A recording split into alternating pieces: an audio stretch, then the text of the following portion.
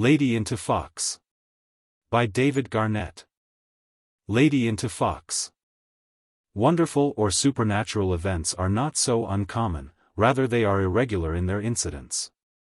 Thus there may be not one marvel to speak of in a century, and then often enough comes a plentiful crop of them. Monsters of all sorts swarm suddenly upon the earth, comets blaze in the sky, eclipses frighten nature, meteors fall in rain, while mermaids and sirens beguile. And sea serpents engulf every passing ship, and terrible cataclysms beset humanity. But the strange event which I shall here relate came alone, unsupported, without companions into a hostile world, and for that very reason claimed little of the general attention of mankind. For the sudden changing of Mrs. Tebrick into a vixen is an established fact which we may attempt to account for as we will. Certainly it is in the explanation of the fact, and the reconciling of it with our general notions that we shall find most difficulty, and not in accepting for true a story which is so fully proved. And that not by one witness but by a dozen, all respectable, and with no possibility of collusion between them. But here I will confine myself to an exact narrative of the event and all that followed on it. Yet I would not dissuade any of my readers from attempting an explanation of this seeming miracle because up till now none has been found which is entirely satisfactory. What adds to the difficulty to my mind is that the metamorphosis occurred and Mrs. Tebrick was a full-grown woman, and that it happened suddenly in so short a space of time.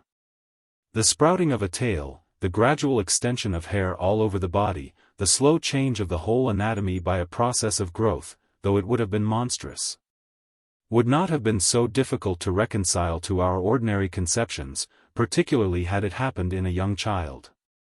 But here we have something very different. A grown lady is changed straightway into a fox. There is no explaining that away by any natural philosophy. The materialism of our age will not help us here. It is indeed a miracle, something from outside our world altogether. An event which we would willingly accept if we were to meet it invested with the authority of divine revelation in the Scriptures, but which we are not prepared to encounter almost in our time. Happening in Oxfordshire amongst our neighbours. The only things which go any way towards an explanation of it are but guesswork, and I give them more because I would not conceal anything, than because I think they are of any worth. Mrs. Tebrick's maiden name was certainly Fox, and it is possible that such a miracle happening before, the family may have gained their name as a sobriquet on that account. They were an ancient family, and have had their seat at Tangley Hall time out of mind. It is also true that there was a half-tame fox once upon a time chained up at Tangley Hall in the inner yard. And I have heard many speculative wiseacres in the public houses turn that to great account, though they could not but admit that there was never one there in Miss Silvia's time.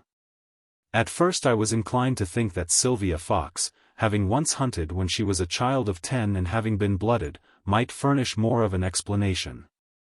It seems she took great fright or disgust at it, and vomited after it was done.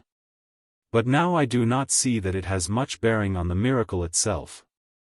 Even though we know that after that she always spoke of the poor foxes, when a hunt was stirring and never rode to hounds till after her marriage when her husband persuaded her to it.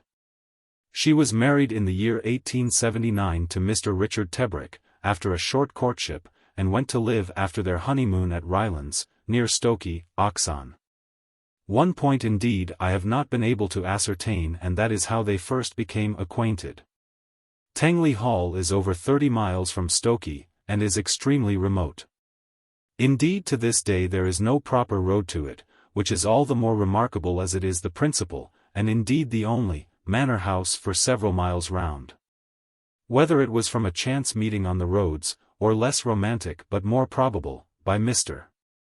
Tebrick becoming acquainted with her uncle, a minor canon at Oxford, and thence being invited by him to visit Tangley Hall, it is impossible to say.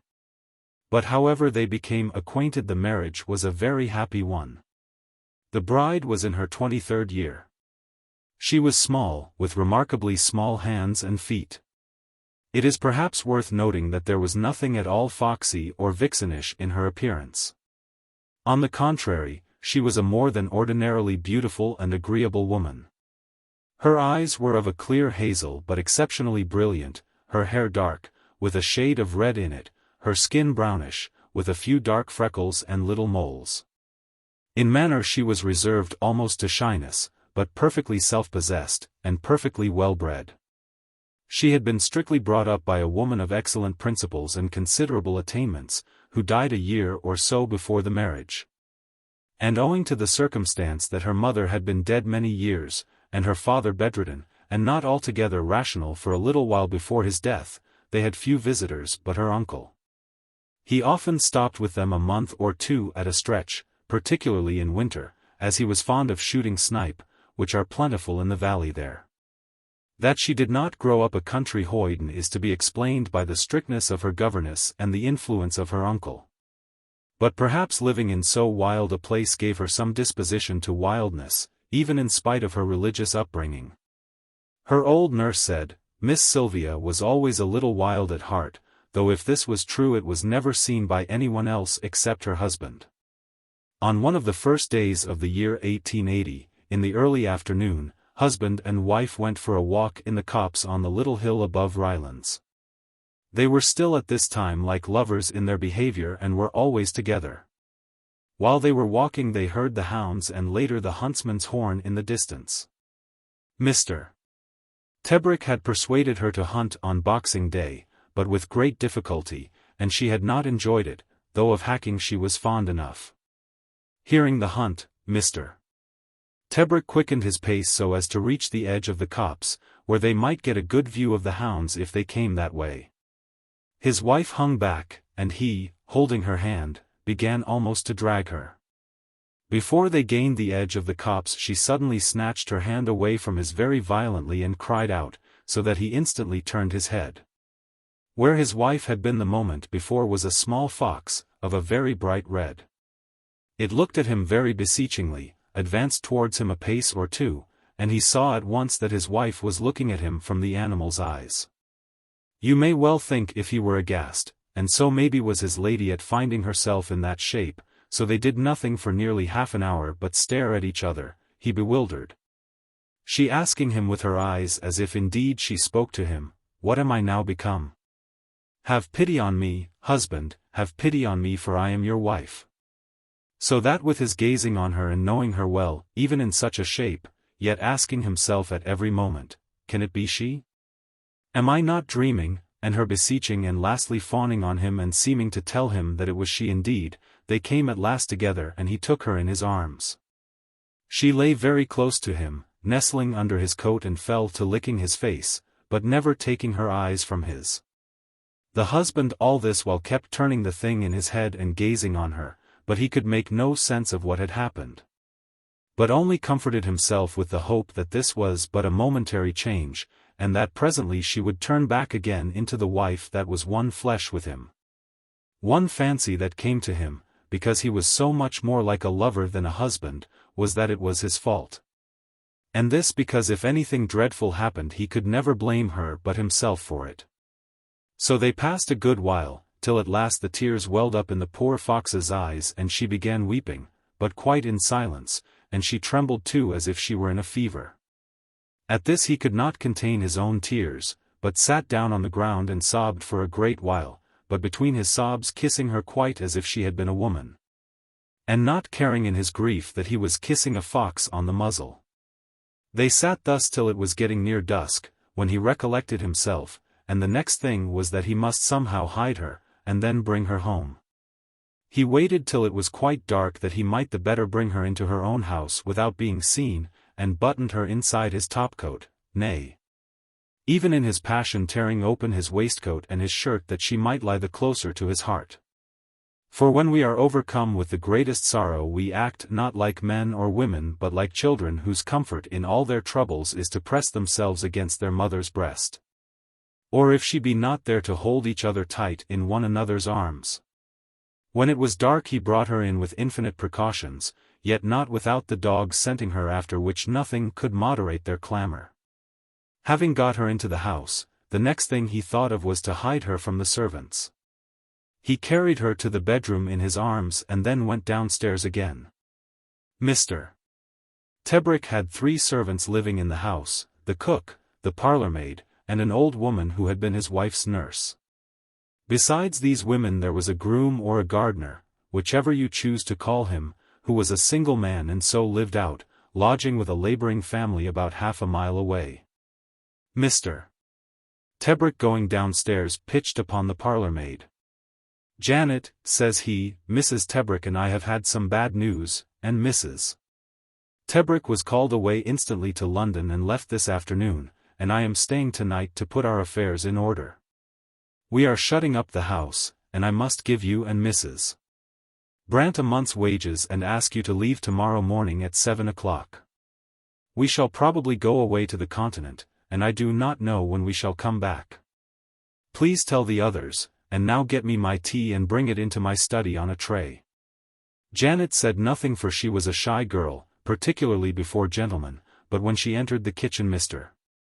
Tebrick heard a sudden burst of conversation with many exclamations from the cook. When she came back with his tea, Mr. Tebrick said, "I shall not require you upstairs. Pack your own things and tell James to have the wagonette ready for you by 7 o'clock tomorrow morning to take you to the station. I am busy now, but I will see you again before you go." When she had gone Mr. Tebrick took the tray upstairs. For the first moment he thought the room was empty, and his vixen got away, for he could see no sign of her anywhere. But after a moment he saw something stirring in a corner of the room, and then behold! She came forth dragging her dressing-gown, into which she had somehow struggled. This must surely have been a comical sight, but poor Mr. Tebrick was altogether too distressed then or at any time afterwards to divert himself at such ludicrous scenes. He only called to her softly, "Silvia, Silvia! What do you do there?" And then in a moment saw for himself what she would be at, and began once more to blame himself heartily, because he had not guessed that his wife would not like to go naked. Notwithstanding the shape she was in. Nothing would satisfy him then till he had clothed her suitably, bringing her dresses from the wardrobe for her to choose. But as might have been expected, they were too big for her now, but at last he picked out a little dressing jacket that she was fond of wearing sometimes in the mornings. It was made of a flowered silk, trimmed with lace, and the sleeves short enough to sit very well on her now. While he tied the ribbons his poor lady thanked him with gentle looks and not without some modesty and confusion. He propped her up in an armchair with some cushions, and they took tea together, she very delicately drinking from a saucer and taking bread and butter from his hands. All this showed him, or so he thought, that his wife was still herself. There was so little wildness in her demeanor and so much delicacy and decency, especially in her not wishing to run naked, that he was very much comforted, and began to fancy they could be happy enough if they could escape the world and live always alone. From this too sanguine dream he was aroused by hearing the gardener speaking to the dogs, trying to quiet them, for ever since he had come in with his vixen they had been whining, barking and growling, and all as he knew because there was a fox within doors and they would kill it. He started up now, calling to the gardener that he would come down to the dogs himself to quiet them, and bade the man go indoors again and leave it to him. All this he said in a dry, compelling kind of voice which made the fellow do as he was bid, though it was against his will, for he was curious. Mr. Tebrick went downstairs, and taking his gun from the rack loaded it and went out into the yard. Now there were two dogs, one a handsome Irish setter that was his wife's dog, she had brought it with her from Tangley Hall on her marriage. The other was an old fox terrier called Nellie that he had had 10 years or more. When he came out into the yard both dogs saluted him by barking and whining twice as much as they did before, the setter jumping up and down at the end of his chain in a frenzy, and Nellie shivering, wagging her tail, and looking first at her master and then at the house door, where she could smell the fox right enough. There was a bright moon, so that Mr. Tebrick could see the dogs as clearly as could be. First he shot his wife's setter dead, and then looked about him for Nellie to give her the other barrel, but he could see her nowhere. The bitch was clean gone, till, looking to see how she had broken her chain, he found her lying hid in the back of her kennel. But that trick did not save her, for Mr. Tebrick, after trying to pull her out by her chain and finding it useless, she would not come, thrust the muzzle of his gun into the kennel, pressed it into her body and so shot her. Afterwards, striking a match, he looked in at her to make certain she was dead. Then, leaving the dogs as they were, chained up, Mr. Tebrick went indoors again and found the gardener, who had not yet gone home. Gave him a month's wages in lieu of notice and told him he had a job for him yet, to bury the 2 dogs and that he should do it that same night. But by all this going on with so much strangeness and authority on his part, as it seemed to them, the servants were much troubled. Hearing the shots while he was out in the yard, his wife's old nurse, or nanny, ran up to the bedroom though she had no business there. And so opening the door saw the poor fox dressed in my lady's little jacket lying back in the cushions, and in such a reverie of woe that she heard nothing. Old Nanny, though she was not expecting to find her mistress there, having been told that she was gone that afternoon to London, knew her instantly, and cried out, "Oh, my poor precious! Oh, poor Miss Silvia! What dreadful change is this?" Then, seeing her mistress start and look at her, she cried out, "But never fear, my darling, it will all come right, your old Nanny knows you, it will all come right in the end." But though she said this she did not care to look again, and kept her eyes turned away so as not to meet the foxy slit ones of her mistress, for that was too much for her. So she hurried out soon, fearing to be found there by Mr. Tebrick, and who knows, perhaps shot, like the dogs, for knowing the secret. Mr. Tebrick had all this time gone about paying off his servants and shooting his dogs as if he were in a dream. Now he fortified himself with 2 or 3 glasses of strong whiskey and went to bed, taking his vixen into his arms, where he slept soundly. Whether she did or not is more than I or anybody else can say. In the morning when he woke up they had the place to themselves, for on his instructions the servants had all left first thing, Janet and the cook to Oxford, where they would try and find new places, and Nanny going back to the cottage near Tangley, where her son lived, who was the pigman there. So with that morning there began what was now to be their ordinary life together. He would get up when it was broad day, and first thing light the fire downstairs and cook the breakfast, then brush his wife, sponge her with a damp sponge, then brush her again. In all this using scent very freely to hide somewhat her rank odor. When she was dressed he carried her downstairs and they had their breakfast together, she sitting up to table with him, drinking her saucer of tea, and taking her food from his fingers. Or at any rate being fed by him. She was still fond of the same food that she had been used to before her transformation, a lightly boiled egg or slice of ham, a piece of buttered toast or 2, with a little quince and apple jam. While I am on the subject of her food, I should say that reading in the encyclopedia he found that foxes on the continent are inordinately fond of grapes. And that during the autumn season they abandon their ordinary diet for them, and then grow exceedingly fat and lose their offensive odor. This appetite for grapes is so well confirmed by Aesop, and by passages in the scriptures, that it is strange Mr. Tebrick should not have known it. After reading this account he wrote to London for a basket of grapes to be posted to him twice a week and was rejoiced to find that the account in the encyclopedia was true in the most important of these particulars. His vixen relished them exceedingly and seemed never to tire of them, so that he increased his order first from £1 to £3 and afterwards to £5. Her odor abated so much by this means that he came not to notice it at all except sometimes in the mornings before her toilet. What helped most to make living with her bearable for him was that she understood him perfectly, yes, every word he said.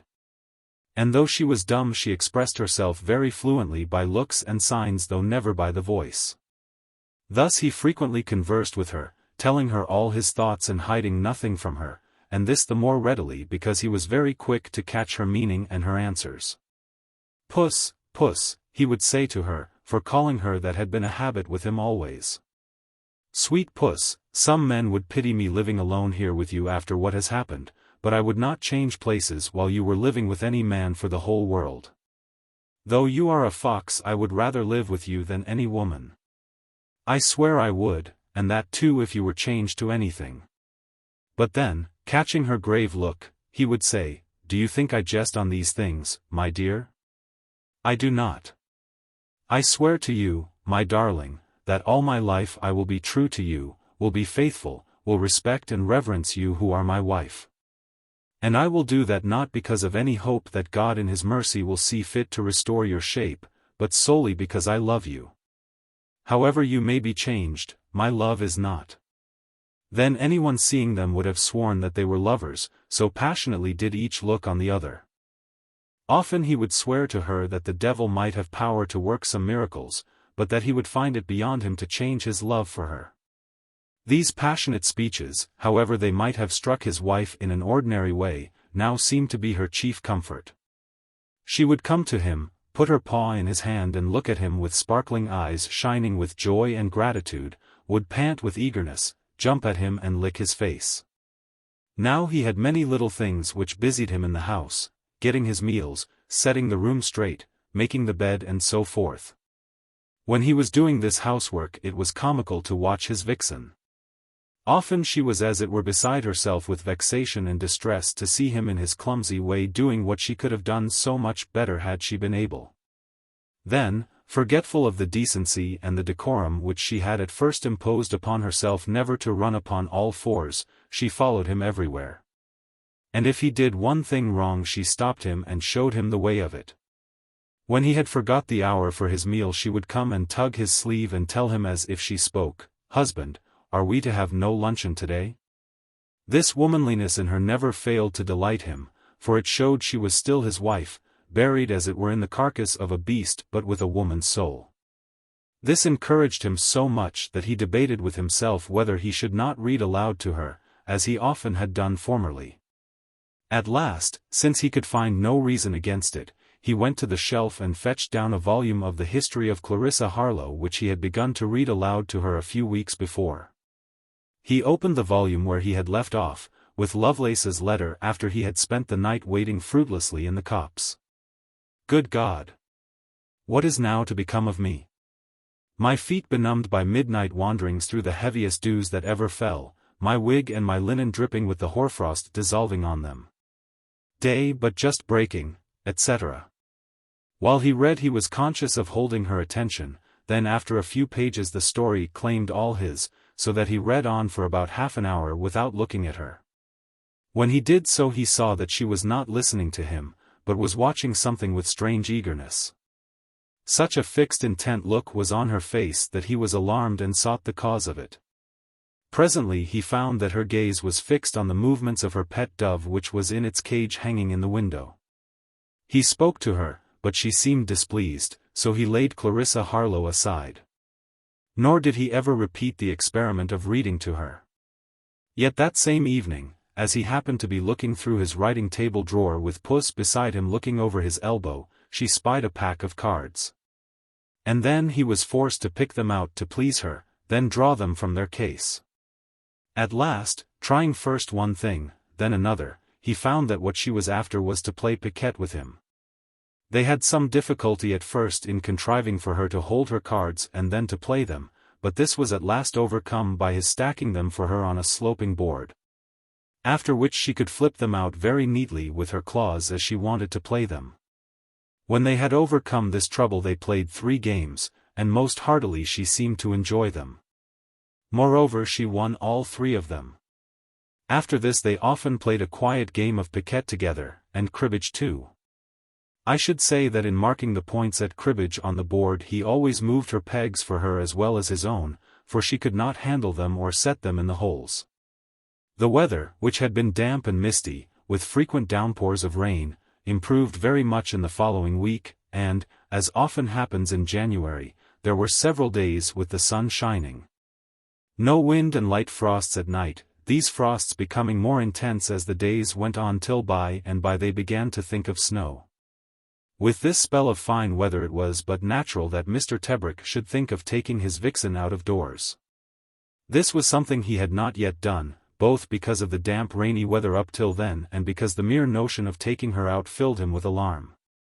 Indeed he had so many apprehensions beforehand that at one time he resolved totally against it.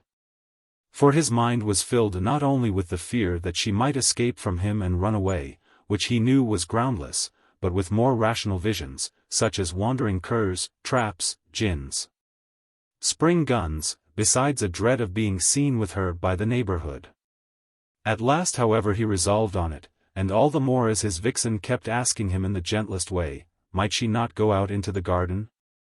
Yet she always listened very submissively when he told her that he was afraid if they were seen together it would excite the curiosity of their neighbors. Besides this, he often told her of his fears for her on account of dogs. But one day she answered this by leading him into the hall and pointing boldly to his gun. After this he resolved to take her, though with full precautions. That is, he left the house door open so that in case of need she could beat a swift retreat, then he took his gun under his arm. And lastly he had her well wrapped up in a little fur jacket lest she should take cold.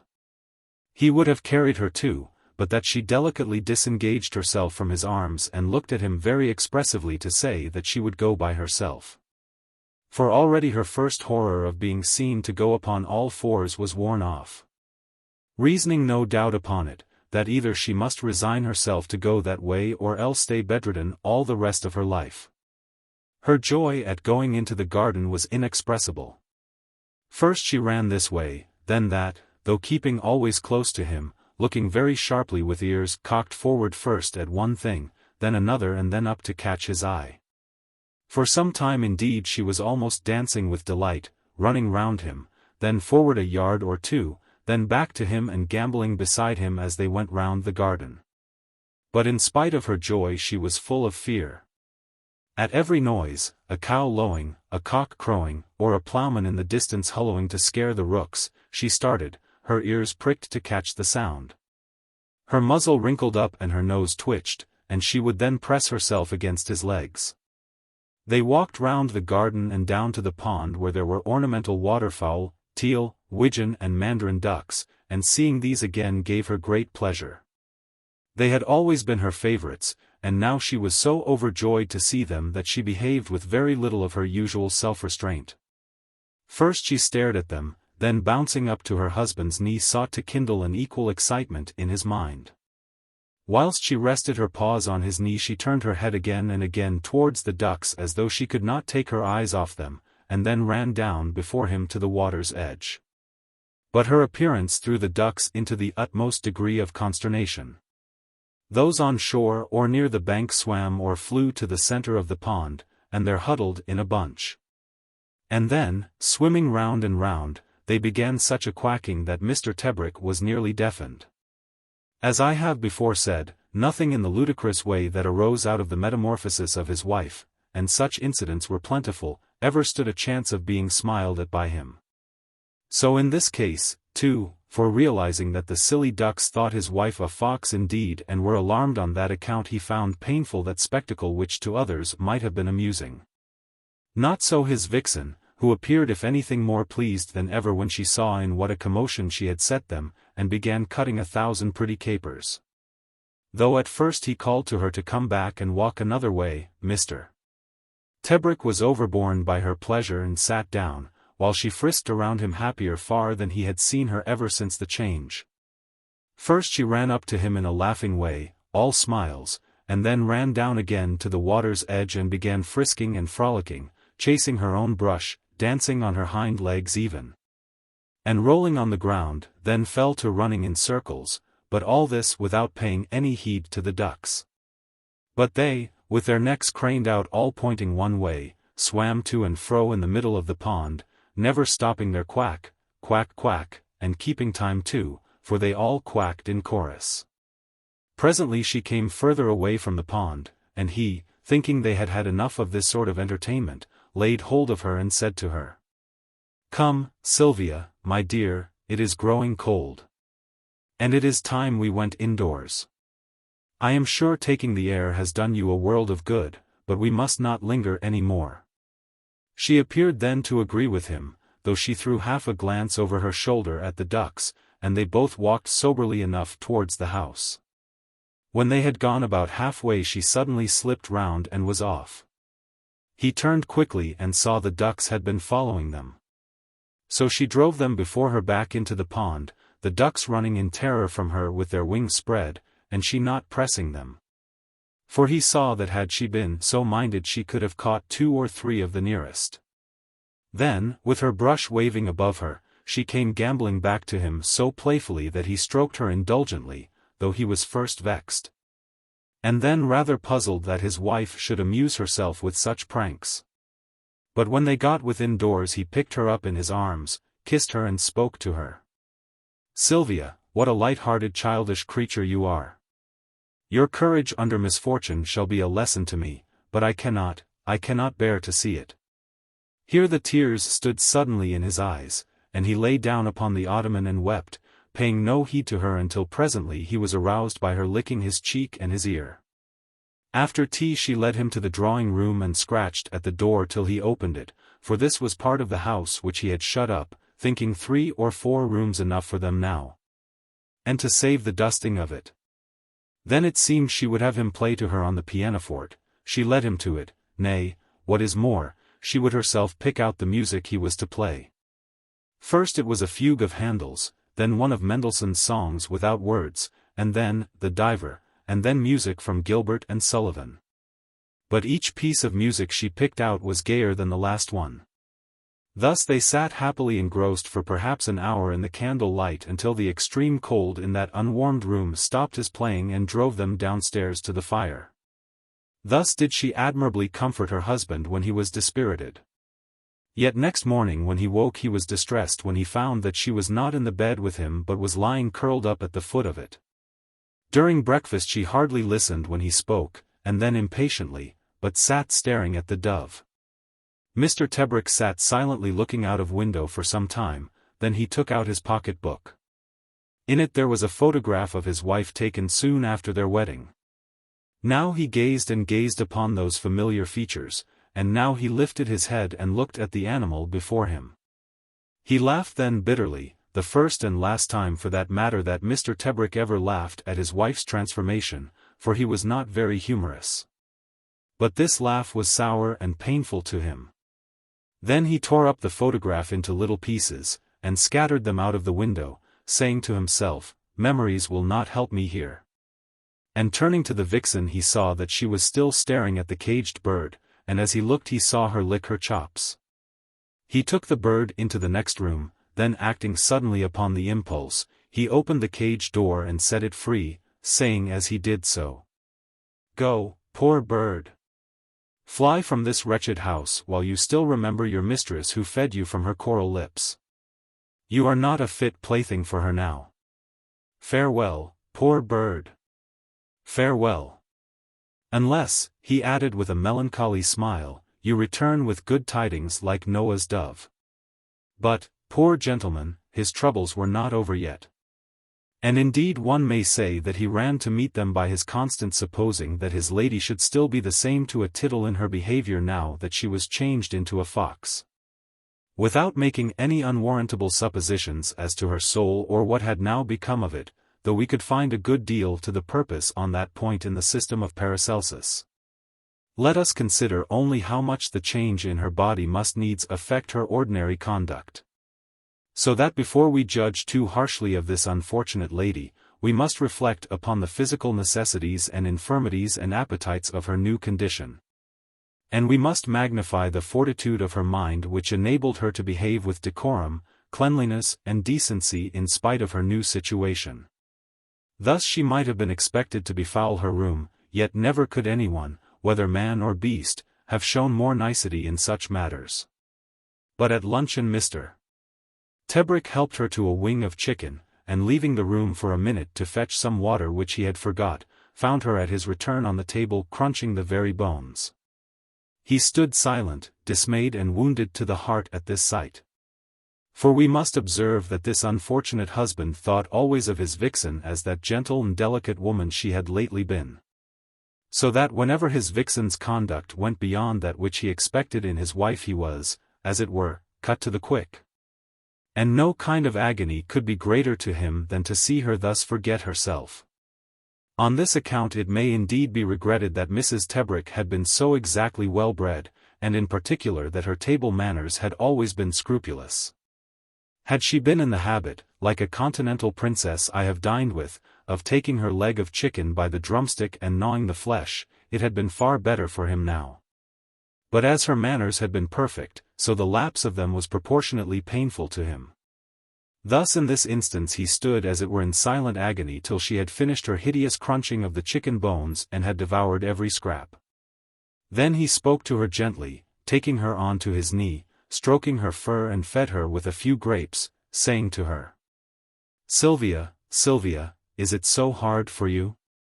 Try and remember the past, my darling, and by living with me we will quite forget that you are no longer a woman. Surely this affliction will pass soon, as suddenly as it came, and it will all seem to us like an evil dream."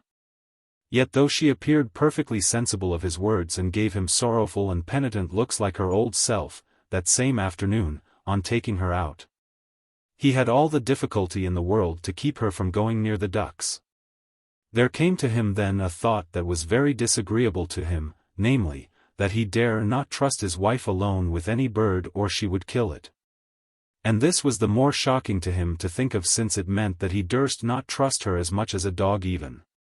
For we may trust dogs who are familiars, with all the household pets. Nay more, we can put them upon trust with anything and know they will not touch it, not even if they be starving. But things were come to such a pass with his vixen that he dared not in his heart trust her at all. Yet she was still in many ways so much more woman than fox that he could talk to her on any subject and she would understand him. Better far than the Oriental women who are kept in subjection can ever understand their masters unless they converse on the most trifling household topics. Thus she understood excellently well the importance and duties of religion. She would listen with approval in the evening when he said the Lord's Prayer, and was rigid in her observance of the Sabbath. Indeed, the next day being Sunday he, thinking no harm, proposed their usual game of piquet, but no, she would not play. Mr.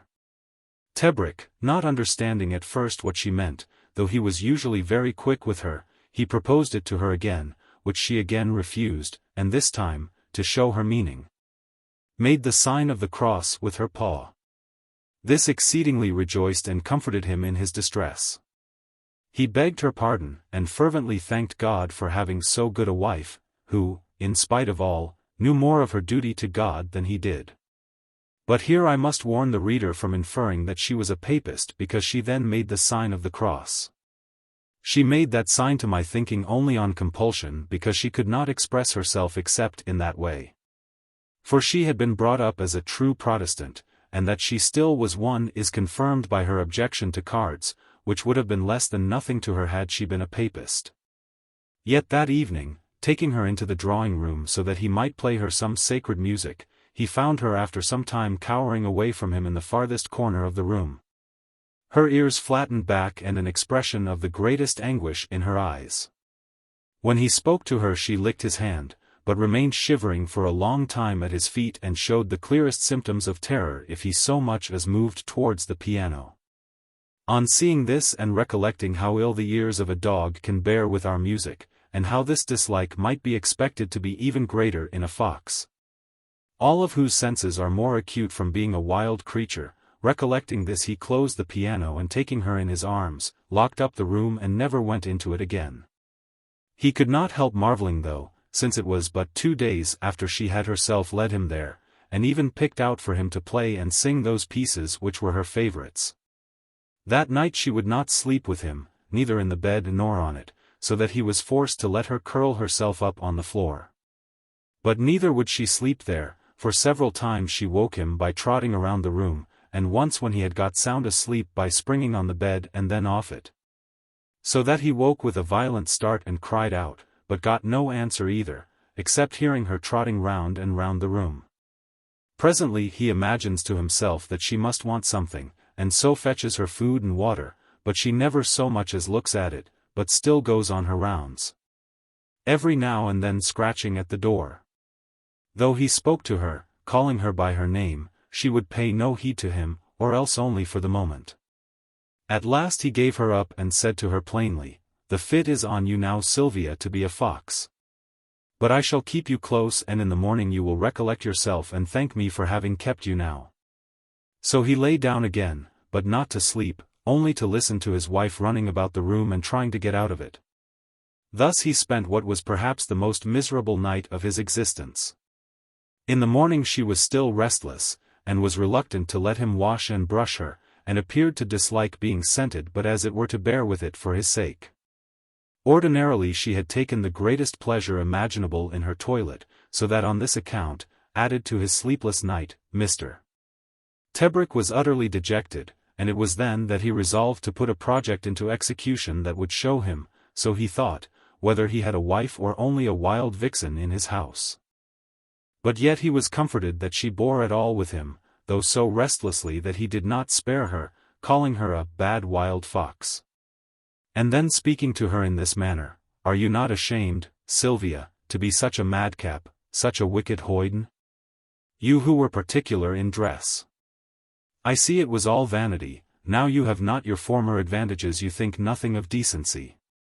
His words had some effect with her too, and with himself.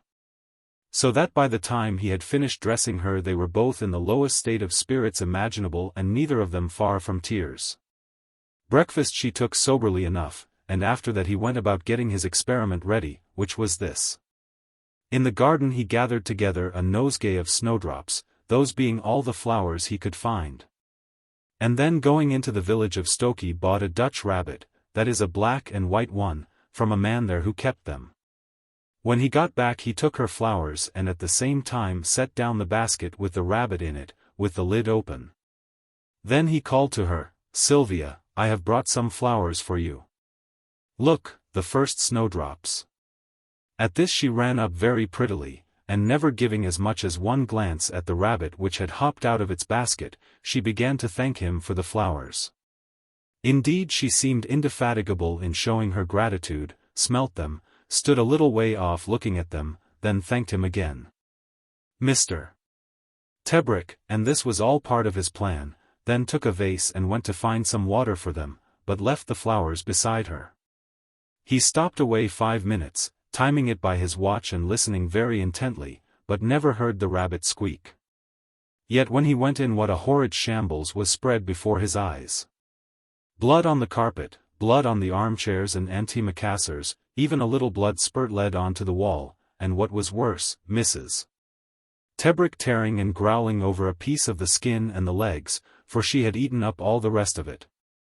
The poor gentleman was so heartbroken over this that he was like to have done himself an injury, and at one moment thought of getting his gun, to have shot himself and his vixen too.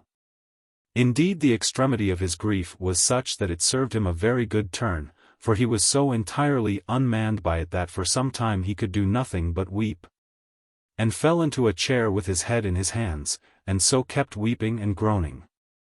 After he had been some little while employed in this dismal way, his vixen, who had by this time bolted down the rabbit's skin, head, ears and all, came to him and putting her paws on his knees, thrust her long muzzle into his face and began licking him.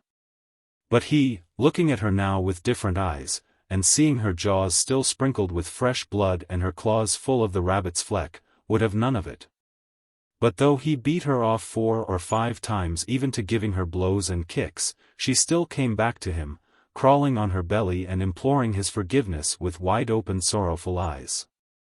Before he had made this rash experiment of the rabbit and the flowers, he had promised himself that if she failed in it he would have no more feeling or compassion for her than if she were in truth a wild vixen out of the woods.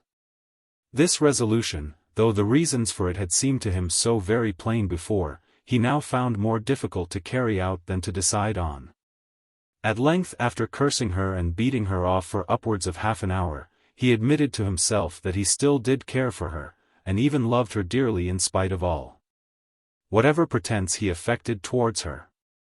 When he had acknowledged this he looked up at her and met her eyes fixed upon him, and held out his arms to her and said, "Oh Silvia, Silvia, would you had never done this. Would I had never tempted you in a fatal hour. Does not this butchery and eating of raw meat and rabbit's fur disgust you? Are you a monster in your soul as well as in your body? Have you forgotten what it is to be a woman?" Meanwhile, with every word of his, she crawled a step nearer on her belly and at last climbed sorrowfully into his arms. His words then seemed to take effect on her and her eyes filled with tears and she wept most penitently in his arms, and her body shook with her sobs as if her heart were breaking.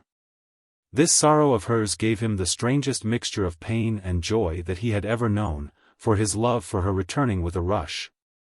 He could not bear to witness her pain and yet must take pleasure in it as it fed his hopes of her one day returning to be a woman.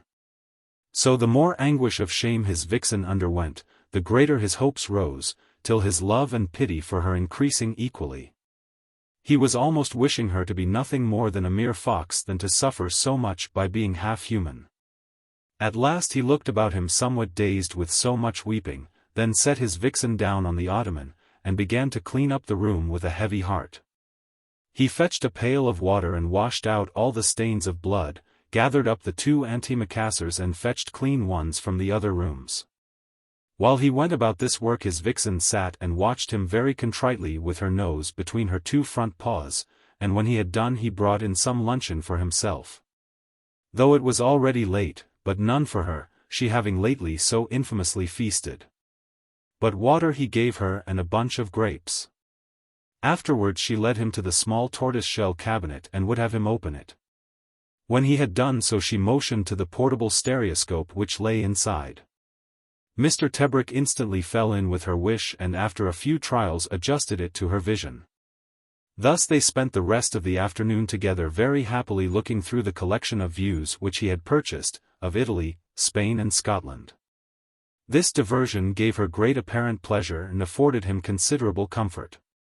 But that night he could not prevail upon her to sleep in bed with him, and finally allowed her to sleep on a mat beside the bed where he could stretch down and touch her. So they passed the night, with his hand upon her head. The next morning he had more of a struggle than ever to wash and dress her. Indeed at one time nothing but holding her by the scruff prevented her from getting away from him, but at last he achieved his object and she was washed, brushed, scented and dressed. Although to be sure this left him better pleased than her, for she regarded her silk jacket with disfavor. Still at breakfast she was well-mannered though a trifle hasty with her food. Then his difficulties with her began for she would go out, but as he had his housework to do, he could not allow it. He brought her picture books to divert her, but she would have none of them but stayed at the door scratching it with her claws industriously till she had worn away the paint. At first he tried coaxing her and wheedling, gave her cards to play patience and so on, but finding nothing would distract her from going out, his temper began to rise. And he told her plainly that she must wait his pleasure and that he had as much natural obstinacy as she had. But to all that he said she paid no heed whatever but only scratched the harder. Thus he let her continue until luncheon, when she would not sit up, or eat off a plate, but first was for getting on to the table, and when that was prevented, snatched her meat and ate it under the table. To all his rebukes she turned a deaf or sullen ear, and so they each finished their meal eating little, either of them, for till she would sit at table he would give her no more. And his vexation had taken away his own appetite.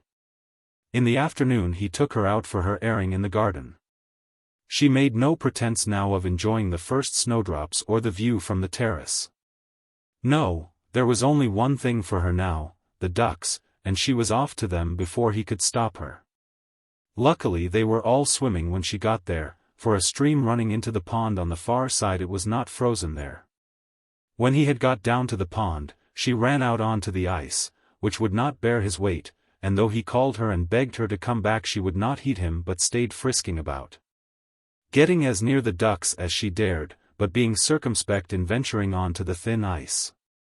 Presently she turned on herself and began tearing off her clothes. And at last by biting got off her little jacket and taking it in her mouth stuffed it into a hole in the ice where he could not get it. Then she ran hither and thither a stark naked vixen, and without giving a glance to her poor husband who stood silently now upon the bank, with despair and terror settled in his mind. She let him stay there most of the afternoon till he was chilled through and worn out with watching her. At last he reflected how she had just stripped herself and how in the morning she struggled against being dressed. And he thought perhaps he was too strict with her and if he let her have her own way they could manage to be happy somehow together even if she did eat off the floor. So he called out to her then. "Silvia, come now, be good, you shan't wear any more clothes if you don't want to, and you needn't sit at table neither, I promise. You shall do as you like in that, but you must give up one thing, and that is you must stay with me and not go out alone, for that is dangerous. If any dog came on you he would kill you." Directly he had finished speaking she came to him joyously, began fawning on him and prancing round him so that in spite of his vexation with her, and being cold, he could not help stroking her. "Oh, Silvia, are you not wilful and cunning? I see you glory in being so, but I shall not reproach you but shall stick to my side of the bargain, and you must stick to yours." He built a big fire when he came back to the house and took a glass or two of spirits also, to warm himself up, for he was chilled to the very bone. Then, after they had dined, to cheer himself he took another glass, and then another, and so on till he was very merry, he thought. Then he would play with his vixen, she encouraging him with her pretty sportiveness. He got up to catch her then and finding himself unsteady on his legs, he went down on to all fours. The long and the short of it is that by drinking he drowned all his sorrow, and then would be a beast too like his wife, though she was one through no fault of her own, and could not help it. To what lengths he went then in that drunken humor I shall not offend my readers by relating, but shall only say that he was so drunk and sottish that he had a very imperfect recollection of what had passed when he woke the next morning. There is no exception to the rule that if a man drink heavily at night the next morning will show the other side to his nature. Thus with Mr. Tebrick, for as he had been beastly, merry and a very daredevil the night before, so on his awakening was he ashamed, melancholic and a true penitent before his Creator. The first thing he did when he came to himself was to call out to God to forgive him for his sin, then he fell into earnest prayer and continued so for half an hour upon his knees. Then he got up and dressed but continued very melancholy for the whole of the morning. Being in this mood you may imagine it hurt him to see his wife running about naked, but he reflected it would be a bad reformation that began with breaking faith. He had made a bargain and he would stick to it, and so he let her be, though sorely against his will. For the same reason, that is because he would stick to his side of the bargain, he did not require her to sit up at table, but gave her her breakfast on a dish in the corner, where to tell the truth she on her side ate it all up with great daintiness and propriety. Nor she did make any attempt to go out of doors that morning, but lay curled up in an armchair before the fire dozing. After lunch he took her out, and she never so much as offered to go near the ducks, but running before him led him on to take her a longer walk. This he consented to do very much to her joy and delight. He took her through the fields by the most unfrequented ways, being much alarmed lest they should be seen by anyone. But by good luck they walked above 4 miles across country and saw nobody. All the way his wife kept running on ahead of him, and then back to him to lick his hand and so on, and appeared delighted at taking exercise. And though they startled 2 or 3 rabbits and a hare in the course of their walk she never attempted to go after them, only giving them a look and then looking back to him, laughing at him as it were for his warning cry of, "Puss! Come in, no nonsense now." Just when they got home and were going into the porch they came face to face with an old woman. Mr. Tebrick stopped short in consternation and looked about for his vixen, but she had run forward without any shyness to greet her. Then he recognized the intruder, it was his wife's old nurse. "What are you doing here, Mrs. Cork?" he asked her. Mrs. Cork answered him in these words. "Poor thing! Poor Miss Silvia! It is a shame to let her run about like a dog. It is a shame, and your own wife too. But whatever she looks like, you should trust her the same as ever. If you do she'll do her best to be a good wife to you, if you don't I shouldn't wonder if she did turn into a proper fox. I saw her, sir, before I left, and I've had no peace of mind. I couldn't sleep thinking of her. So I've come back to look after her, as I have done all her life, sir," and she stooped down and took Mrs. Tebrick by the paw. Mr. Tebrick unlocked the door and they went in. When Mrs. Cork saw the house she exclaimed again and again, the place was a pigsty. They couldn't live like that, a gentleman must have somebody to look after him. She would do it. He could trust her with the secret. Had the old woman come the day before, it is likely enough that Mr. Tebrick would have sent her packing. But the voice of conscience being woken in him by his drunkenness of the night before, he was heartily ashamed of his own management of the business. Moreover, the old woman's words that it was a shame to let her run about like a dog moved him exceedingly. Being in this mood, the truth is he welcomed her. But we may conclude that Mrs. Tebrick was as sorry to see her old nanny as her husband was glad. If we consider that she had been brought up strictly by her when she was a child, and was now again in her power, and that her old nurse could never be satisfied with her now whatever she did, but would always think her wicked to be a fox at all, there seems good reason for her dislike. And it is possible, too, that there may have been another cause as well, and that is jealousy. We know her husband was always trying to bring her back to be a woman, or at any rate to get her to act like one. May she not have been hoping to get him to be like a beast himself, or to act like one? May she not have thought it easier to change him thus than ever to change herself back into being a woman? If we think that she had had a success of this kind only the night before, when he got drunk, can we not conclude that this was indeed the case?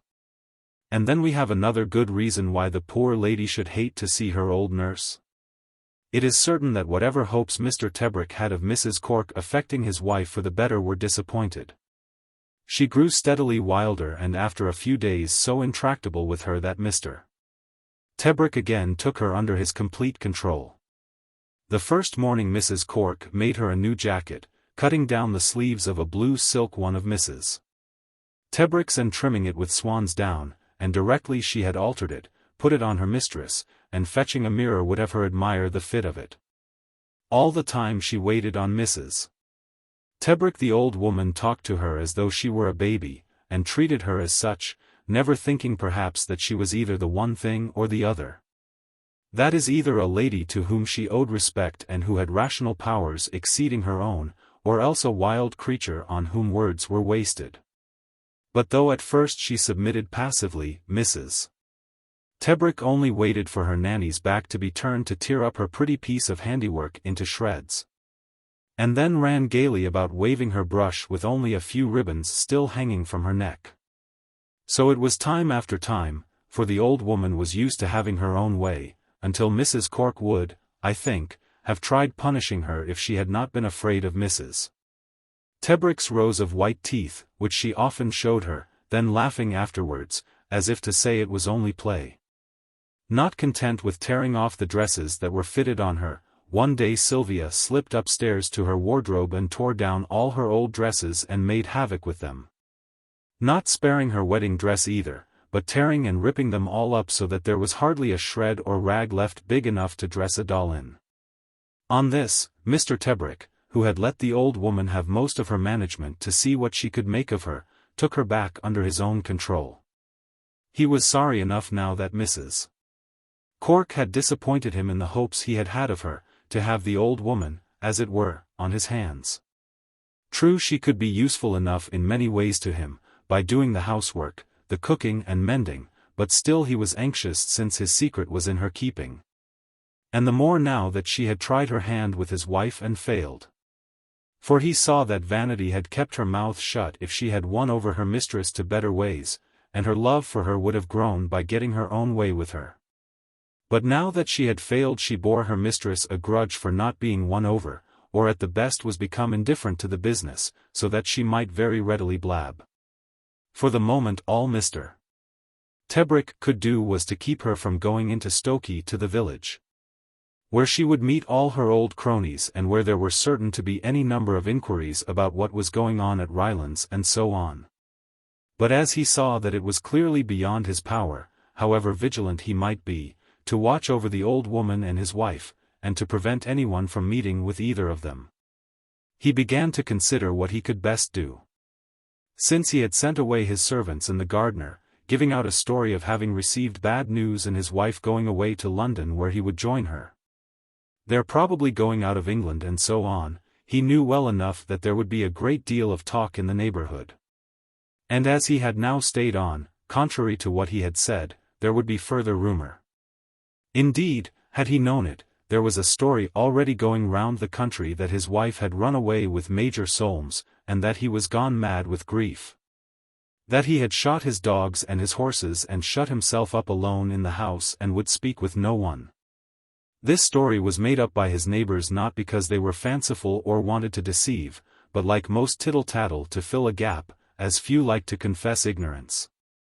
And if people are asked about such or such a man, they must have something to say, or they suffer in everybody's opinion, are set down as dull or out of the swim. In this way I met not long ago with someone who, after talking some little while and not knowing me or who I was, told me that David Garnett was dead. And died of being bitten by a cat after he had tormented it.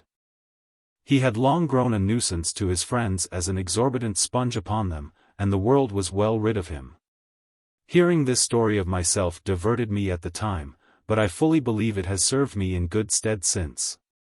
For it set me on my guard as perhaps nothing else would have done, against accepting for true all floating rumor and village gossip. So that now I am by second nature a true skeptic and scarcely believe anything unless the evidence for it is conclusive. Indeed, I could never have got to the bottom of this history if I had believed 1/10 part of what I was told. There was so much of it that was either manifestly false and absurd, or else contradictory to the ascertained facts. It is therefore only the bare bones of the story which you will find written here, for I have rejected all the flowery embroideries which would be entertaining reading enough, I dare say, for some.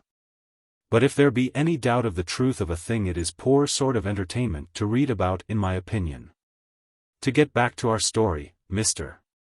Tebrick, having considered how much the appetite of his neighbors would be whetted to find out the mystery by his remaining in that part of the country, determined that the best thing he could do was to remove. After some time turning the thing over in his mind, he decided that no place would be so good for his purpose as old Nanny's cottage.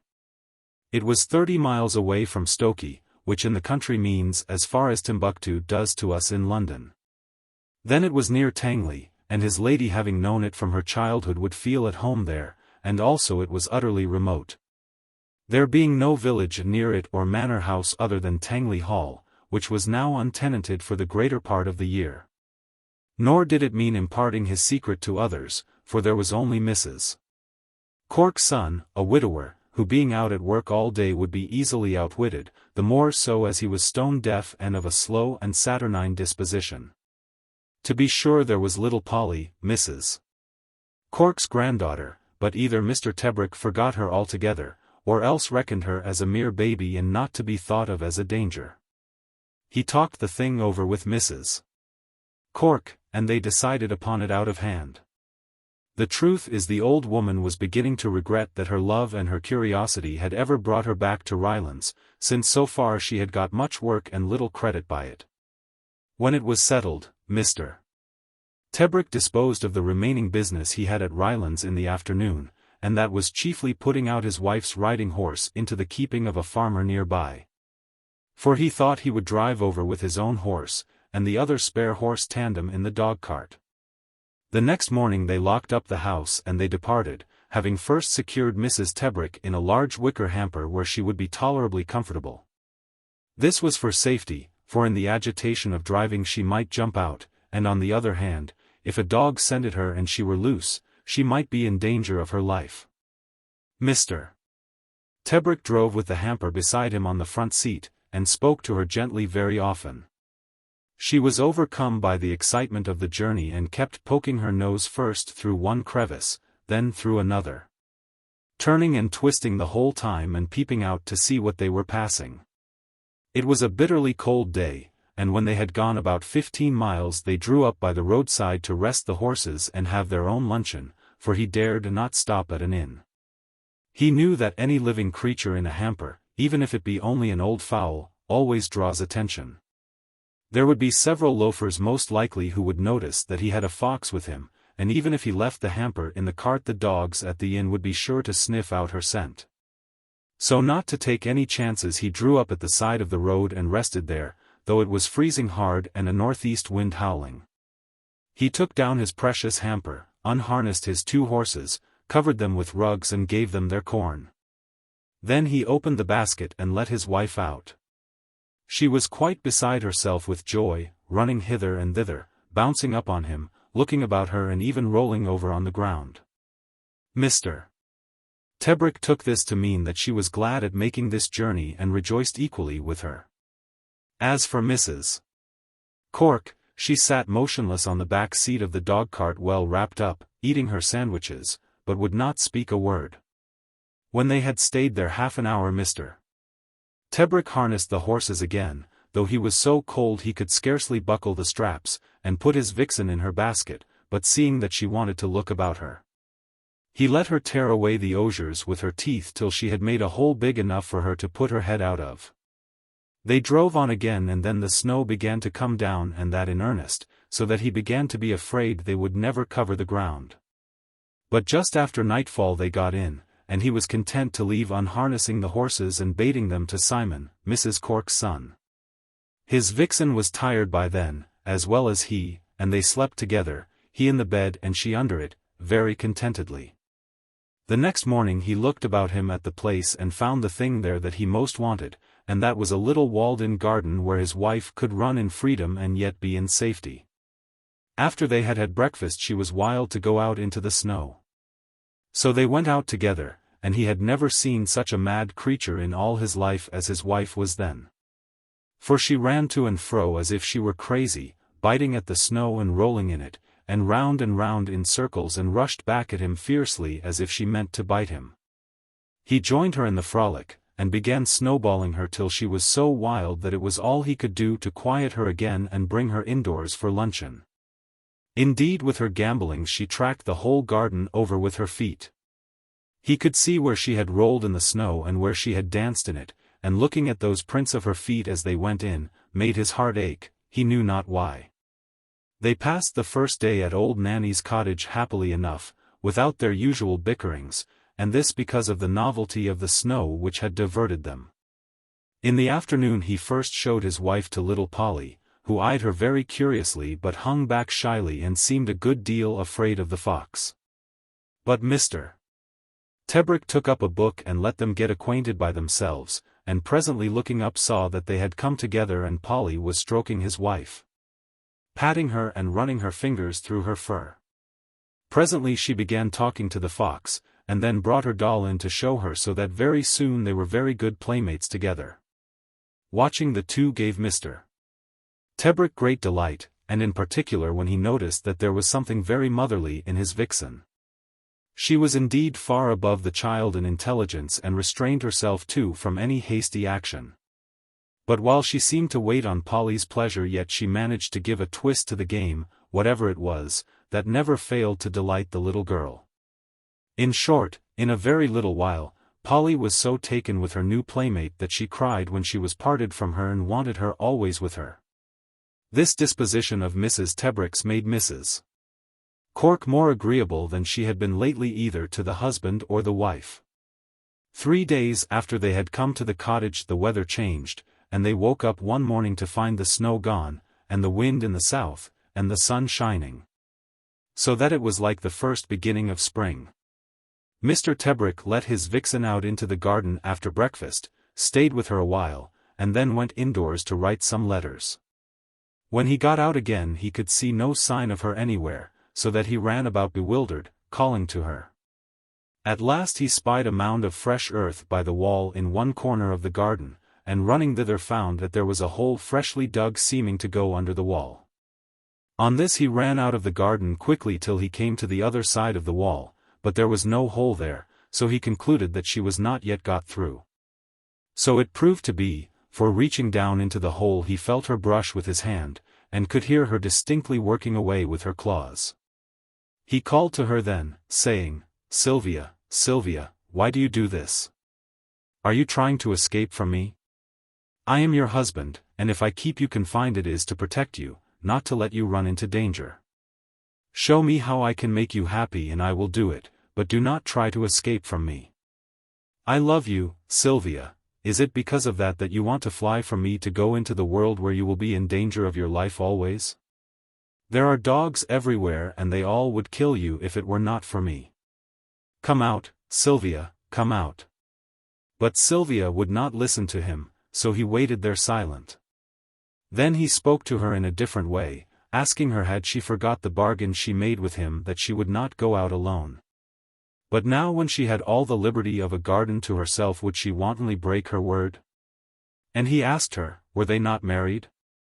And had she not always found him a good husband to her? But she heeded this neither until presently his temper getting somewhat out of hand he cursed her obstinacy and told her if she would be a damned fox she was welcome to it. For his part he could get his own way. She had not escaped yet. He would dig her out for he still had time, and if she struggled put her in a bag. These words brought her forth instantly and she looked at him with as much astonishment as if she knew not what could have made him angry. Yes, she even fawned on him, but in a good-natured kind of way, as if she were a very good wife putting up wonderfully with her husband's temper. These airs of hers made the poor gentleman, so simple was he, repent his outburst and feel most ashamed. But for all that when she was out of the hole he filled it up with great stones and beat them in with a crowbar so she should find her work at that point harder than before if she was tempted to begin it again. In the afternoon he let her go again into the garden but sent little Polly with her to keep her company. But presently on looking out he saw his vixen had climbed up into the limbs of an old pear tree and was looking over the wall. And was not so far from it but she might jump over it if she could get a little further. Mr. Tebrick ran out into the garden as quick as he could, and when his wife saw him it seemed she was startled and made a false spring at the wall, so that she missed reaching it and fell back heavily to the ground and lay there insensible. When Mr. Tebrick got up to her he found her head was twisted under her by her fall and the neck seemed to be broken. The shock was so great to him that for some time he could not do anything, but knelt beside her turning her limp body stupidly in his hands. At length he recognized that she was indeed dead, and beginning to consider what dreadful afflictions God had visited him with, he blasphemed horribly and called on God to strike him dead, or give his wife back to him. Is it not enough, he cried, adding a foul blasphemous oath, that you should rob me of my dear wife, making her a fox, but now you must rob me of that fox too? That has been my only solace and comfort in this affliction. Then he burst into tears and began wringing his hands and continued there in such an extremity of grief for half an hour that he cared nothing, neither what he was doing, nor what would become of him in the future, but only knew that his life was ended now and he would not live any longer than he could help. All this while the little girl Polly stood by, first staring, then asking him what had happened, and lastly crying with fear, but he never heeded her nor looked at her but only tore his hair, sometimes shouted at God, or shook his fist at heaven. So in a fright Polly opened the door and ran out of the garden. At length worn out, and as it were all numb with his loss, Mr. Tebrick got up and went within doors, leaving his dear fox lying near where she had fallen. He stayed indoors only 2 minutes and then came out again with a razor in his hand intending to cut his own throat, for he was out of his senses in this first paroxysm of grief. But his vixen was gone, at which he looked about for a moment bewildered, and then enraged, thinking that somebody must have taken the body. The door of the garden being open he ran straight through it. Now this door, which had been left ajar by Polly when she ran off, opened into a little courtyard where the fowls were shut in at night. The woodhouse and the privy also stood there. On the far side of it from the garden gate were 2 large wooden doors big enough when opened to let a cart enter, and high enough to keep a man from looking over into the yard. When Mr. Tebrick got into the yard he found his vixen leaping up at these doors, and wild with terror, but as lively as ever he saw her in his life. He ran up to her but she shrank away from him, and would then have dodged him too, but he caught hold of her. She bared her teeth at him but he paid no heed to that, only picked her straight up into his arms and took her so indoors. Yet all the while he could scarce believe his eyes to see her living, and felt her all over very carefully to find if she had not some bones broken. But no, he could find none. Indeed it was some hours before this poor silly gentleman began to suspect the truth, which was that his vixen had practiced a deception upon him. And all the time he was bemoaning his loss in such heartrending terms, she was only shamming death to run away directly she was able. If it had not been that the yard gates were shut, which was a mere chance, she had got her liberty by that trick. And that this was only a trick of hers to sham dead was plain when he had thought it over. Indeed, it is an old and time-honored trick of the fox. It is in Aesop, and 100 other writers have confirmed it since. But so thoroughly had he been deceived by her, that at first he was as much overcome with joy at his wife still being alive, as he had been with grief a little while before, thinking her dead. He took her in his arms, hugging her to him and thanking God a dozen times for her preservation. But his kissing and fondling her had very little effect now, for she did not answer him by licking or soft looks, but stayed huddled up and sullen, with her hair bristling on her neck and her ears laid back every time he touched her. At first he thought this might be because he had touched some broken bone or tender place where she had been hurt, but at last the truth came to him. Thus he was again to suffer, and though the pain of knowing her treachery to him was nothing to the grief of losing her, yet it was more insidious and lasting. At first, from a mere nothing, this pain grew gradually until it was a torture to him. If he had been one of your stock ordinary husbands, such a one who by experience has learnt never to inquire too closely into his wife's doings, her comings or goings, and never to ask her how she has spent the day, for fear he should be made the more of a fool, had Mr. Tebrick been such a one he had been luckier, and his pain would have been almost nothing. But you must consider that he had never been deceived once by his wife in the course of their married life. No, she had never told him as much as one white lie, but had always been frank, open and ingenuous as if she and her husband were not husband and wife, or indeed of opposite sexes. Yet we must rate him as very foolish, that living thus with a fox, which beast has the same reputation for deceitfulness, craft and cunning, in all countries, all ages, and amongst all races of mankind, he should expect this fox to be as candid and honest with him in all things as the country girl he had married. His wife's sullenness and bad temper continued that day, for she cowered away from him and hid under the sofa, nor could he persuade her to come out from there. Even when it was her dinner time she stayed, refusing resolutely to be tempted out with food, and lying so quiet that he heard nothing from her for hours. At night he carried her up to the bedroom, but she was still sullen and refused to eat a morsel, though she drank a little water during the night, when she fancied he was asleep. The next morning was the same, and by now Mr. Tebrick had been through all the agonies of wounded self-esteem, disillusionment and despair that a man can suffer. But though his emotions rose up in his heart and nearly stifled him, he showed no sign of them to her, neither did he abate one jot his tenderness and consideration for his vixen. At breakfast he tempted her with a freshly killed young pullet. It hurt him to make this advance to her, for hitherto he had kept her strictly on cooked meats, but the pain of seeing her refuse it was harder still for him to bear. Added to this was now an anxiety lest she should starve herself to death rather than stay with him any longer. All that morning he kept her close, but in the afternoon let her loose again in the garden after he had lopped the pear tree so that she could not repeat her performance of climbing.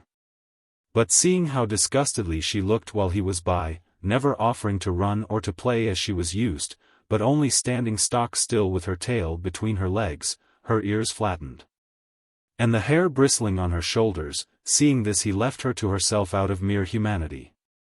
When he came out after half an hour he found that she was gone, but there was a fair-sized hole by the wall, and she just buried all but her brush, digging desperately to get under the wall and make her escape. He ran up to the hole, and put his arm in after her and called to her to come out, but she would not.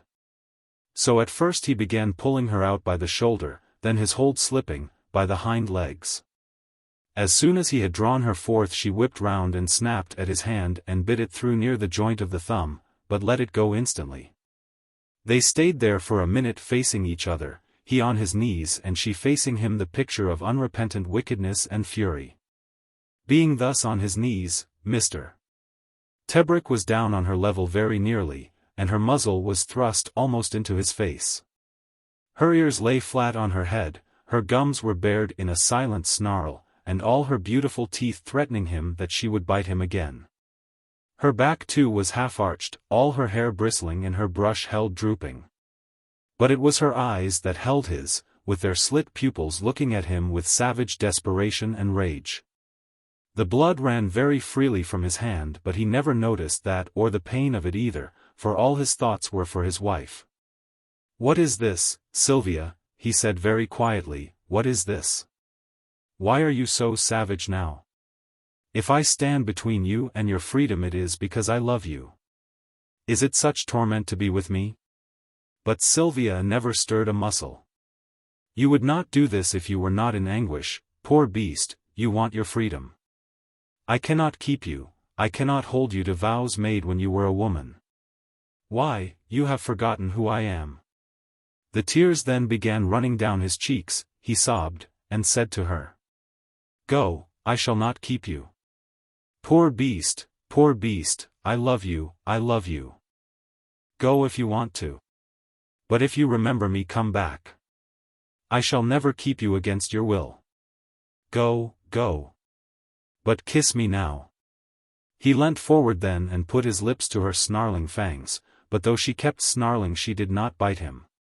Then he got up quickly and went to the door of the garden that opened into a little paddock against a wood. When he opened it she went through it like an arrow, crossed the paddock like a puff of smoke, and in a moment was gone from his sight. Then, suddenly finding himself alone, Mr. Tebrick came as it were to himself and ran after her, calling her by name and shouting to her, and so went plunging into the wood, and through it for about a mile, running almost blindly. At last when he was worn out he sat down, seeing that she had gone beyond recovery and it was already night. Then, rising, he walked slowly homewards, wearied and spent in spirit. As he went he bound up his hand that was still running with blood. His coat was torn, his hat lost, and his face scratched right across with briars. Now in cold blood he began to reflect on what he had done and to repent bitterly, having set his wife free. He had betrayed her so that now, from his act, she must lead the life of a wild fox forever, and must undergo all the rigors and hardships of the climate, and all the hazards of a hunted creature. When Mr. Tebrick got back to the cottage he found Mrs. Cork was sitting up for him. It was already late. "What have you done with Mrs. Tebrick, sir?" "I missed her, and I missed you, and I have not known what to do, expecting something dreadful had happened. I have been sitting up for you half the night." "And where is she now, sir?" She accosted him so vigorously that Mr. Tebrick stood silent. At length he said, "I have let her go. She has run away." "Poor Miss Silvia," cried the old woman, "poor creature. You ought to be ashamed, sir. Let her go indeed. Poor lady, is that the way for her husband to talk? It is a disgrace. But I saw it coming from the first." The old woman was white with fury. She did not mind what she said, but Mr. Tebrick was not listening to her. At last he looked at her and saw that she had just begun to cry, so he went out of the room and up to bed, and lay down as he was, in his clothes, utterly exhausted, and fell into a dog's sleep, starting up every now and then with horror, and then falling back with fatigue. It was late when he woke up, but cold and raw, and he felt cramped in all his limbs. As he lay he heard again the noise which had woken him, the trotting of several horses, and the voices of men riding by the house. Mr. Tebrick jumped up and ran to the window and then looked out, and the first thing that he saw was a gentleman in a pink coat riding at a walk down the lane. At this sight Mr. Tebrick waited no longer, but pulling on his boots in mad haste, ran out instantly, meaning to say that they must not hunt, and how his wife was escaped and they might kill her. But when he found himself outside the cottage words failed him and fury took possession of him, so that he could only cry out, "How dare you, you damned blackguard!" And so, with a stick in his hand, he threw himself on the gentleman in the pink coat and seized his horse's rein, and catching the gentleman by the leg was trying to throw him. But really it is impossible to say what Mr. Tebrick intended by his behavior or what he would have done, for the gentleman finding himself suddenly assaulted in so unexpected a fashion by so strange a tousled and dishevelled figure, clubbed his hunting crop and dealt him a blow on the temple so that he fell insensible. Another gentleman rode up at this moment, and they were civil enough to dismount and carry Mr. Tebrick into the cottage, where they were met by old Nanny, who kept wringing her hands and told them Mr. Tebrick's wife had run away and she was a vixen, and that was the cause that Mr. Tebrick had run out and assaulted them. The two gentlemen could not help laughing at this, and mounting their horses rode on without delay, after telling each other that Mr. Tebrick, whoever he was certainly a madman, and the old woman seemed as mad as her master. This story, however, went the rounds of the gentry in those parts and perfectly confirmed everyone in their previous opinion, namely that Mr. Tebrick was mad and his wife had run away from him. The part about her being a vixen was laughed at by the few that heard it, but was soon left out as immaterial to the story, and incredible in itself, though afterwards it came to be remembered and its significance to be understood.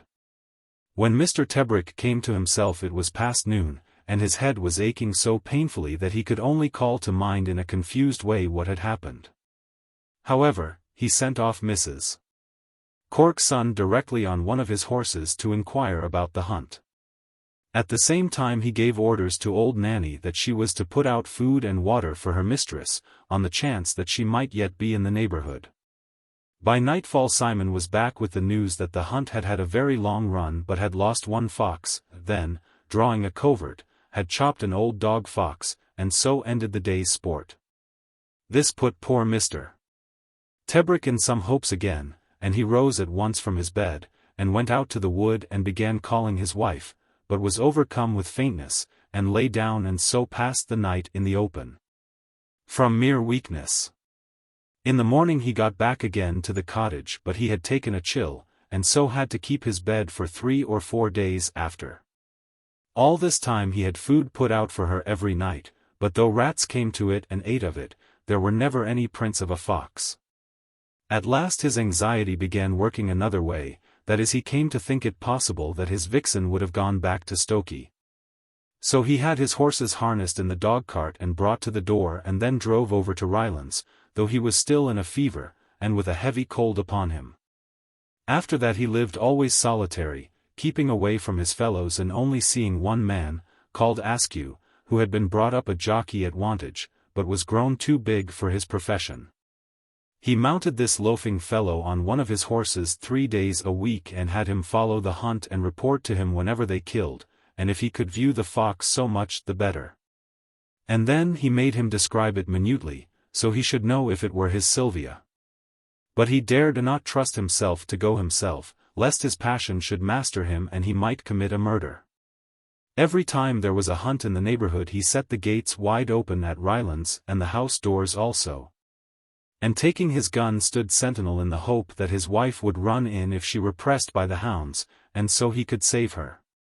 But only once a hunt came near, when 2 foxhounds that had lost the main pack strayed on to his land and he shot them instantly and buried them afterwards himself. It was not long now to the end of the season, as it was the middle of March. But living as he did at this time, Mr. Tebrick grew more and more to be a true misanthrope. He denied admittance to any that came to visit him, and rarely showed himself to his fellows, but went out chiefly in the early mornings before people were about, in the hope of seeing his beloved fox.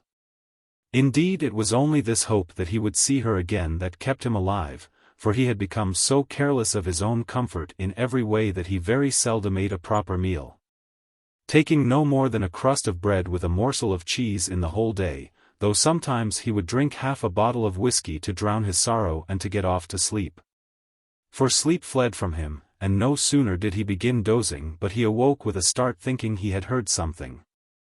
He let his beard grow too, and though he had always been very particular in his person before, he now was utterly careless of it, gave up washing himself for a week or 2 at a stretch.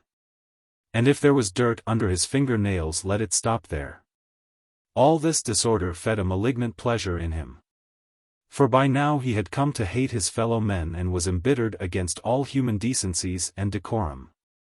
For strange to tell he never once in these months regretted his dear wife whom he had so much loved. No, all that he grieved for now was his departed vixen. He was haunted all this time not by the memory of a sweet and gentle woman, but by the recollection of an animal. A beast it is true that could sit at table and play piquet when it would, but for all that nothing really but a wild beast. His one hope now was the recovery of this beast, and of this he dreamed continually. Likewise both waking and sleeping he was visited by visions of her. Her mask, her full white-tagged brush, white throat, and the thick fur in her ears all haunted him. Every one of her foxy ways was now so absolutely precious to him that I believe that if he had known for certain she was dead, and had thoughts of marrying a second time, he would never have been happy with a woman. No, indeed, he would have been more tempted to get himself a tame fox, and would have counted that as good a marriage as he could make. Yet this all proceeded, one may say, from a passion, and a true conjugal fidelity, that it would be hard to find matched in this world. And though we may think him a fool, almost a madman, we must, when we look closer, find much to respect in his extraordinary devotion. How different indeed was he from those who, if their wives go mad, shut them in madhouses and give themselves up to concubinage, and nay, what is more, there are many who extenuate such conduct too. But Mr. Tebrick was of a very different temper, and though his wife was now nothing but a hunted beast, cared for no one in the world but her. But this devouring love ate into him like a consumption, so that by sleepless nights, and not caring for his person, in a few months he was worn to the shadow of himself. His cheeks were sunk in, his eyes hollow but excessively brilliant, and his whole body had lost flesh, so that looking at him the wonder was that he was still alive. Now that the hunting season was over he had less anxiety for her, yet even so he was not positive that the hounds had not got her. For between the time of his setting her free, and the end of the hunting season, just after Easter, there were but 3 vixens killed near. Of those 3 one was a half-blind or wallied, and one was a very grey dull-coloured beast. The third answered more to the description of his wife, but that it had not much black on the legs, whereas in her the blackness of the legs was very plain to be noticed.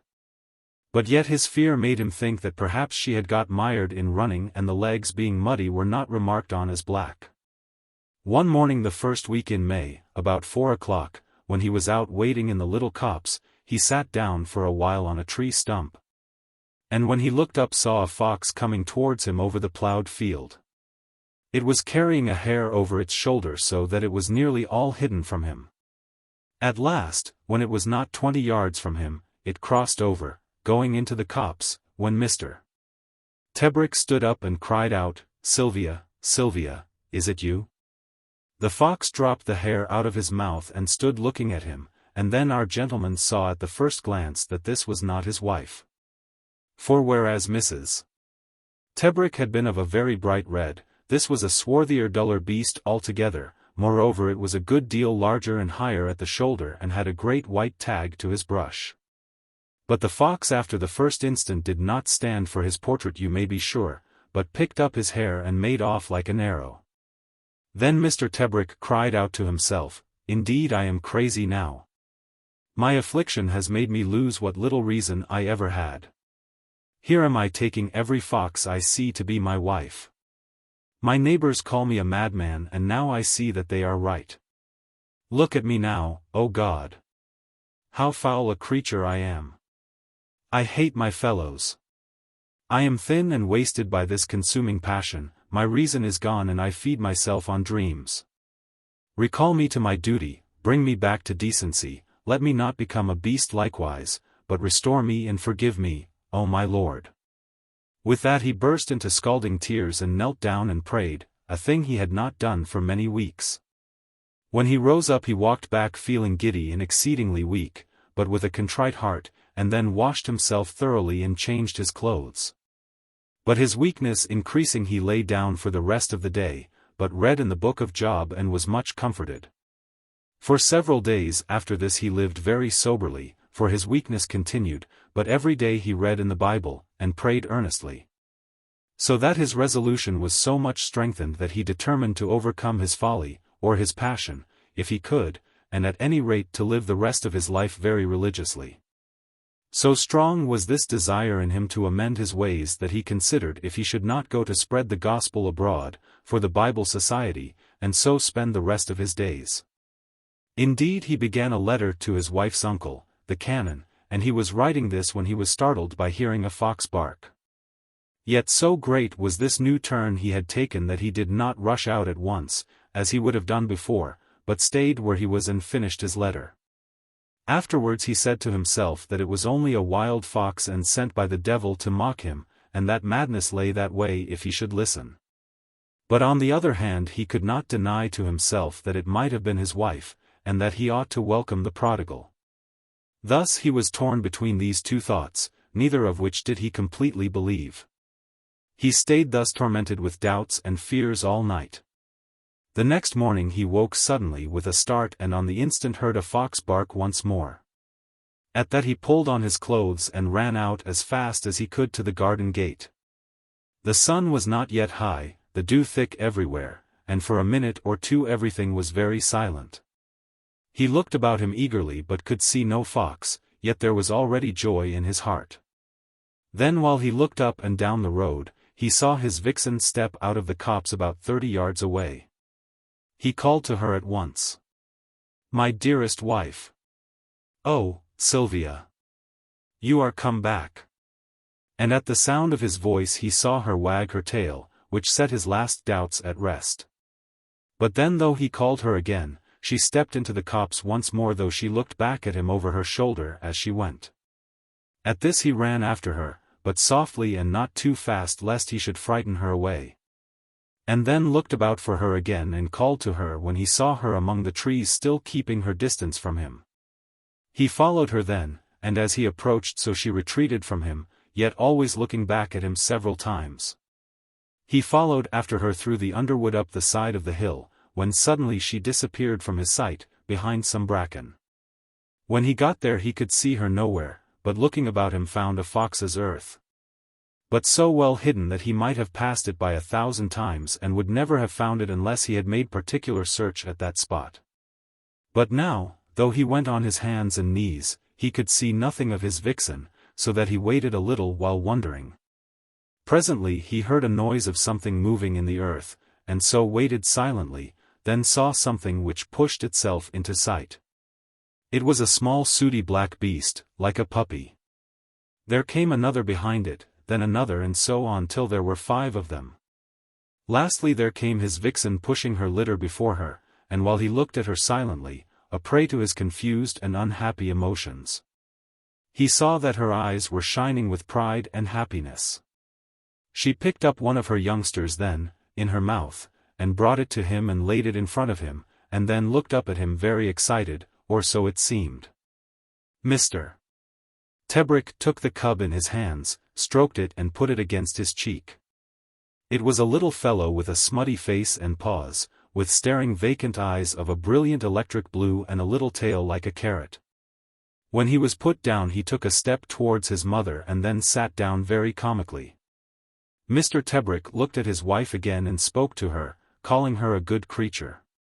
Already he was resigned and now, indeed, for the first time he thoroughly understood what had happened to her, and how far apart they were now. But looking first at one cub, then at another, and having them sprawling over his lap, he forgot himself, only watching the pretty scene, and taking pleasure in it. Now and then he would stroke his vixen and kiss her, liberties which she freely allowed him. He marveled more than ever now at her beauty. For her gentleness with the cubs and the extreme delight she took in them seemed to him then to make her more lovely than before. Thus lying amongst them at the mouth of the earth he idled away the whole of the morning. First he would play with one, then with another, rolling them over and tickling them, but they were too young yet to lend themselves to any other more active sport than this. Every now and then he would stroke his vixen, or look at her. And thus the time slipped away quite fast and he was surprised when she gathered her cubs together and pushed them before her into the earth. Then coming back to him once or twice very humanly bid him good-bye and that she hoped she would see him soon again, now he had found out the way. So admirably did she express her meaning that it would have been superfluous for her to have spoken had she been able, and Mr. Tebrick, who was used to her, got up at once and went home. But now that he was alone, all the feelings which he had not troubled himself with when he was with her, but had, as it were, put aside till after his innocent pleasures were over. All these came swarming back to assail him in 100 tormenting ways. Firstly, he asked himself, was not his wife unfaithful to him? Had she not prostituted herself to a beast? Could he still love her after that?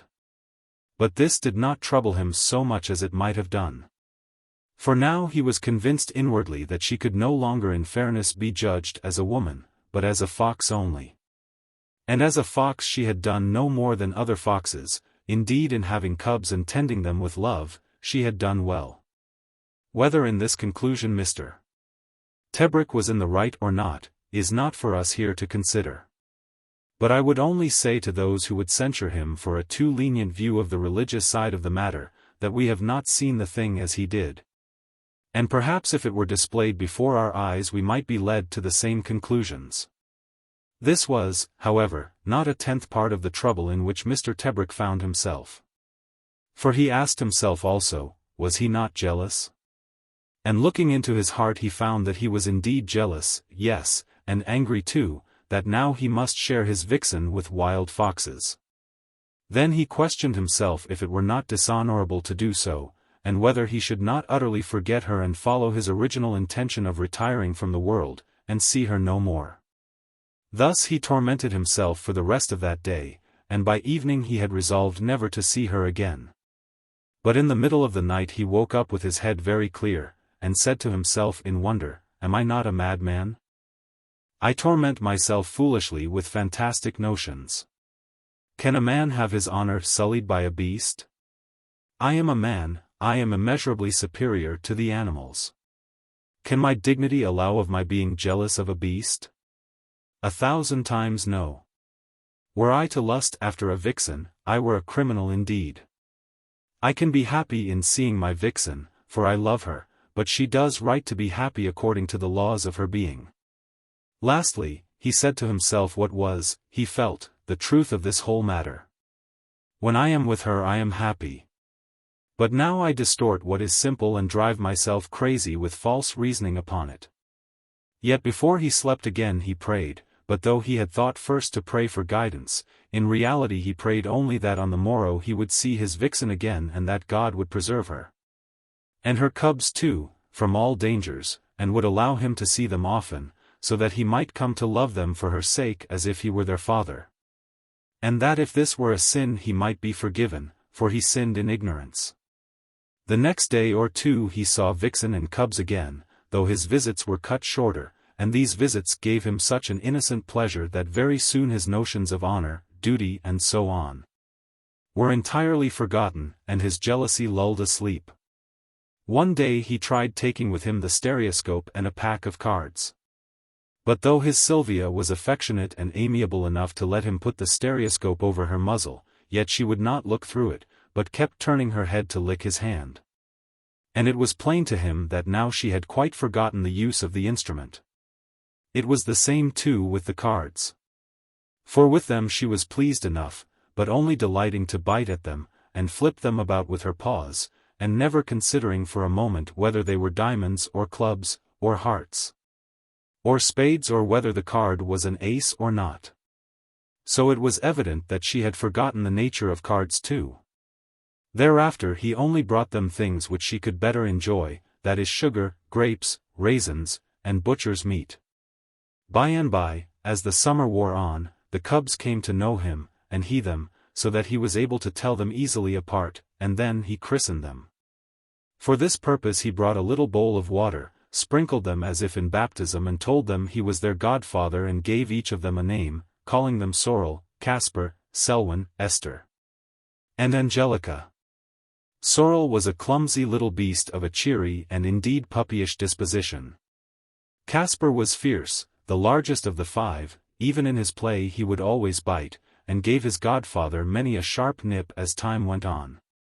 Esther was of a dark complexion, a true brunette and very sturdy, Angelica the brightest red and the most exactly like her mother.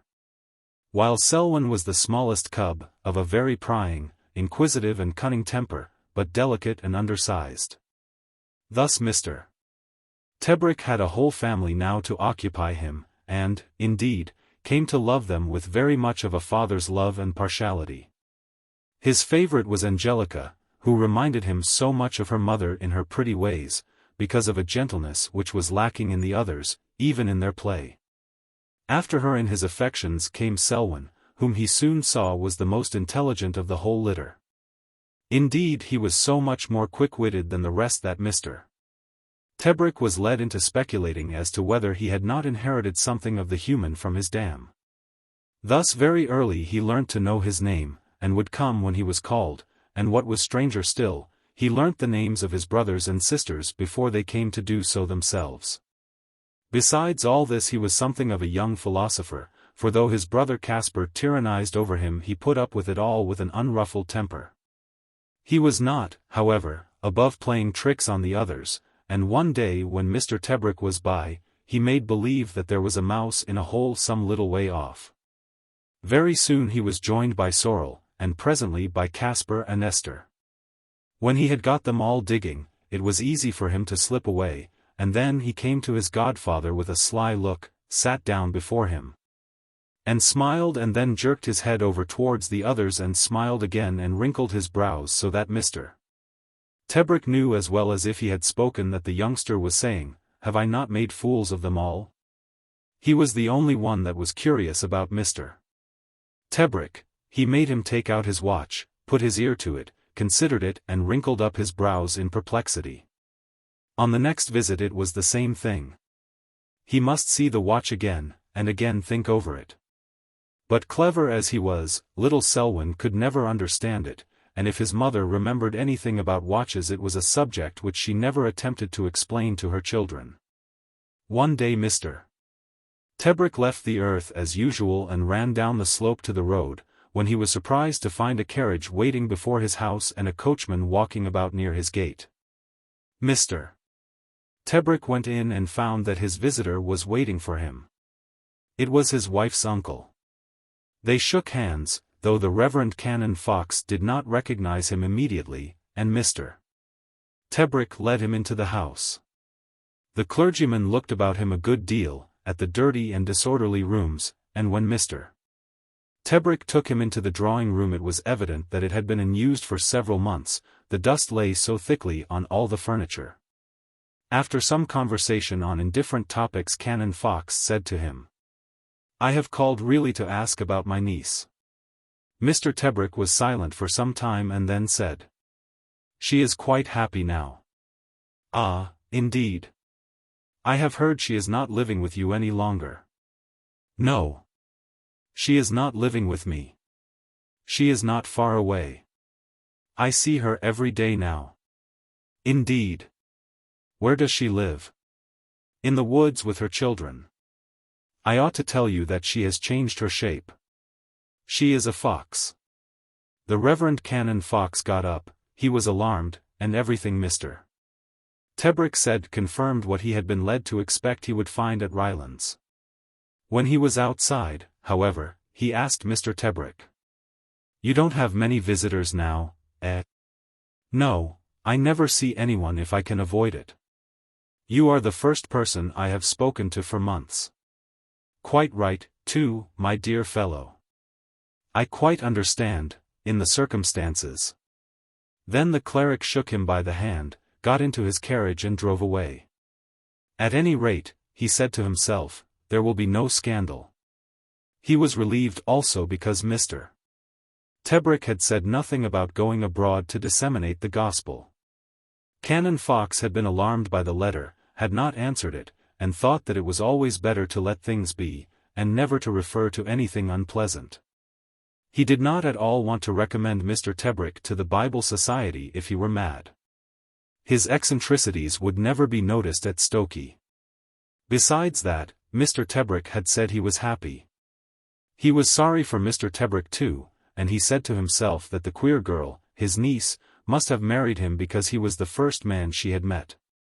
He reflected also that he was never likely to see her again and said aloud, when he had driven some little way, not an affectionate disposition, then to his coachman, "No, that's all right. Drive on, Hopkins." When Mr. Tebrick was alone he rejoiced exceedingly in his solitary life. He understood, or so he fancied, what it was to be happy, and that he had found complete happiness now, living from day to day, careless of the future. Surrounded every morning by playful and affectionate little creatures whom he loved tenderly, and sitting beside their mother, whose simple happiness was the source of his own. True happiness, he said to himself, is to be found in bestowing love. There is no such happiness as that of the mother for her babe, unless I have attained it in mine for my vixen and her children. With these feelings he waited impatiently for the hour on the morrow when he might hasten to them once more. When, however, he had toiled up the hillside, to the earth, taking infinite precaution not to tread down the bracken, or make a beaten path which might lead others to that secret spot. He found to his surprise that Silvia was not there and that there were no cubs to be seen either. He called to them, but it was in vain, and at last he laid himself on the mossy bank beside the earth and waited. For a long while, as it seemed to him, he lay very still, with closed eyes, straining his ears to hear every rustle among the leaves, or any sound that might be the cubs stirring in the earth. At last he must have dropped asleep, for he woke suddenly with all his senses alert. And opening his eyes found a full-grown fox within 6 feet of him sitting on its haunches like a dog and watching his face with curiosity. Mr. Tebrick saw instantly that it was not Silvia. When he moved the fox got up and shifted his eyes, but still stood his ground, and Mr. Tebrick recognized him then for the dog-fox he had seen once before carrying a hare. It was the same dark beast with a large white tag to his brush. Now the secret was out and Mr. Tebrick could see his rival before him. Here was the real father of his godchildren, who could be certain of their taking after him, and leading over again his wild and rakish life. Mr. Tebrick stared for a long time at the handsome rogue, who glanced back at him with distrust and watchfulness patent in his face, but not without defiance too, and it seemed to Mr. Tebrick as if there was also a touch of cynical humor in his look, as if he said, "By gad! We two have been strangely brought together." And to the man, at any rate, it seemed strange that they were thus linked, and he wondered if the love his rival there bare to his vixen and his cubs were the same thing in kind as his own. "We would both of us give our lives for theirs," he said to himself as he reasoned upon it. "We both of us are happy chiefly in their company. What pride this fellow must feel to have such a wife, and such children taking after him. And has he not reason for his pride? He lives in a world where he is beset with 1,000 dangers. For half the year he is hunted, everywhere dogs pursue him, men lay traps for him or menace him. He owes nothing to another." But he did not speak, knowing that his words would only alarm the fox. Then in a few minutes he saw the dog-fox look over his shoulder, and then he trotted off as lightly as a gossamer veil blown in the wind, and, in a minute or two more, back he comes with his vixen and the cubs all around him. Seeing the dog-fox thus surrounded by vixen and cubs was too much for Mr. Tebrick. In spite of all his philosophy a pang of jealousy shot through him. He could see that Silvia had been hunting with her cubs, and also that she had forgotten that he would come that morning, for she started when she saw him, and though she carelessly licked his hand, he could see that her thoughts were not with him. Very soon she led her cubs into the earth, the dog-fox had vanished and Mr. Tebrick was again alone. He did not wait longer but went home. Now was his peace of mind all gone, the happiness which he had flattered himself the night before he knew so well how to enjoy, seemed now but a fool's paradise in which he had been living. 100 times this poor gentleman bit his lip, drew down his torvous brows, and stamped his foot, and cursed himself bitterly, or called his lady bitch. He could not forgive himself neither, that he had not thought of the damned dog-fox before, but all the while had let the cubs frisk round him. Each one a proof that a dog-fox had been at work with his vixen. Yes, jealousy was now in the wind, and every circumstance which had been a reason for his felicity the night before was now turned into a monstrous feature of his nightmare. With all this Mr. Tebrick so worked upon himself that for the time being he had lost his reason. Black was white and white black, and he was resolved that on the morrow he would dig the vile brood of foxes out and shoot them, and so free himself at last from this hellish plague. All that night he was in this mood, and in agony, as if he had broken in the crown of a tooth and bitten on the nerve. But as all things will have an ending, so at last Mr. Tebrick, worn out and wearied by this loathed passion of jealousy, fell into an uneasy and tormented sleep. After an hour or two the procession of confused and jumbled images which first assailed him passed away and subsided into one clear and powerful dream. His wife was with him in her own proper shape, walking as they had been on that fatal day before her transformation. Yet she was changed too, for in her face there were visible tokens of unhappiness, her face swollen with crying, pale and downcast, her hair hanging in disorder, her damp hands wringing a small handkerchief into a ball, her whole body shaken with sobs, and an air of long neglect about her person. Between her sobs she was confessing to him some crime which she had committed, but he did not catch the broken words, nor did he wish to hear them, for he was dulled by his sorrow. So they continued walking together in sadness as it were forever, he with his arm about her waist, she turning her head to him and often casting her eyes down in distress. At last they sat down, and he spoke, saying, "I know they are not my children, but I shall not use them barbarously because of that. You are still my wife. I swear to you they shall never be neglected. I will pay for their education." Then he began turning over the names of schools in his mind. Eton would not do, nor Harrow, nor Winchester, nor Rugby. But he could not tell why these schools would not do for these children of hers. He only knew that every school he thought of was impossible, but surely one could be found. So turning over the names of schools he sat for a long while holding his dear wife's hand, till at length, still weeping, she got up and went away, and then slowly he awoke. But even when he had opened his eyes and looked about him he was thinking of schools, saying to himself that he must send them to a private academy, or even at the worst engage a tutor. Why, yes, he said to himself, putting one foot out of bed, that is what it must be, a tutor, though even then there will be a difficulty at first. At those words he wondered what difficulty there would be and recollected that they were not ordinary children. No, they were foxes, mere foxes. When poor Mr.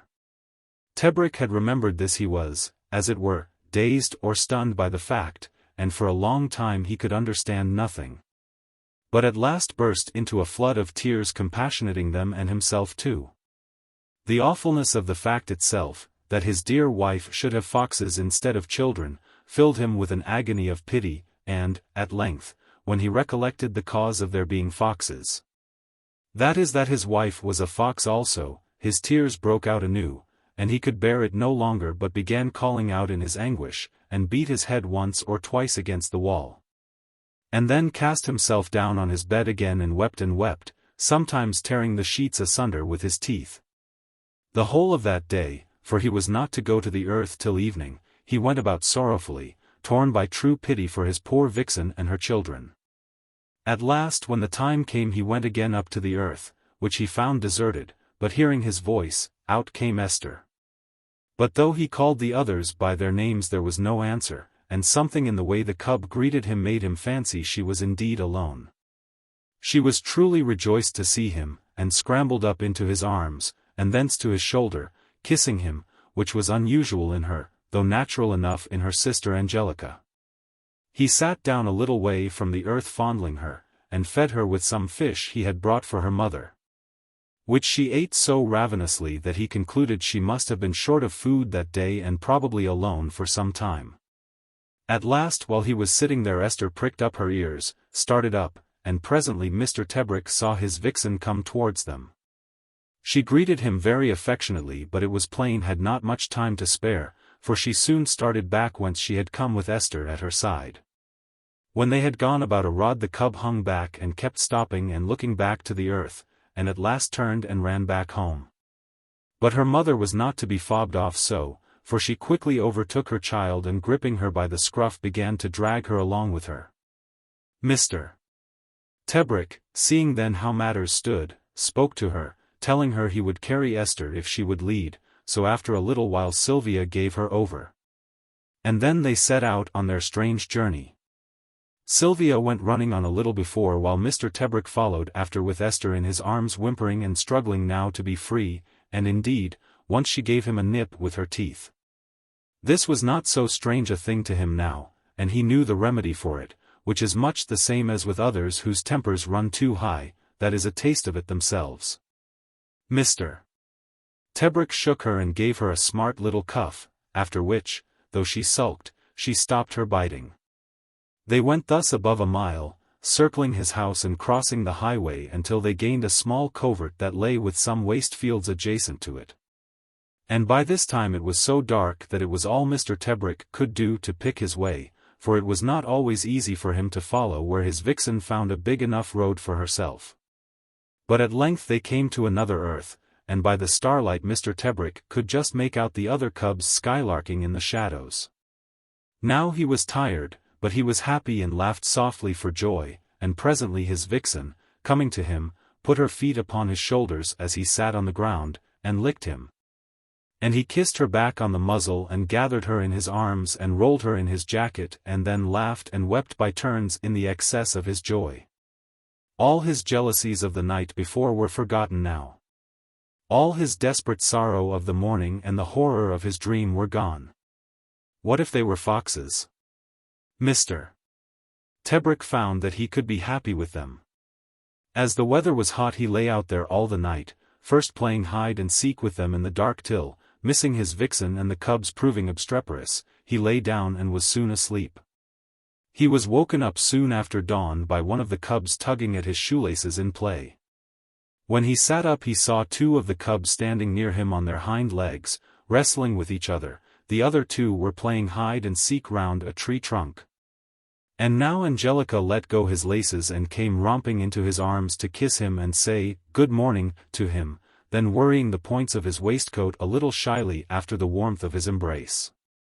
That moment of awakening was very sweet to him. The freshness of the morning, the scent of everything at the day's rebirth, the first beams of the sun upon a treetop near, and a pigeon rising into the air suddenly, all delighted him. Even the rough scent of the body of the cub in his arms seemed to him delicious. At that moment all human customs and institutions seemed to him nothing but folly. For said he, "I would exchange all my life as a man for my happiness now, and even now I retain almost all of the ridiculous conceptions of a man. The beasts are happier and I will deserve that happiness as best I can."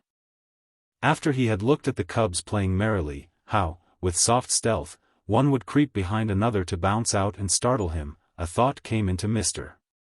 Tebrick's head, and that was that these cubs were innocent, they were as stainless snow, they could not sin, for God had created them to be thus and they could break none of his commandments.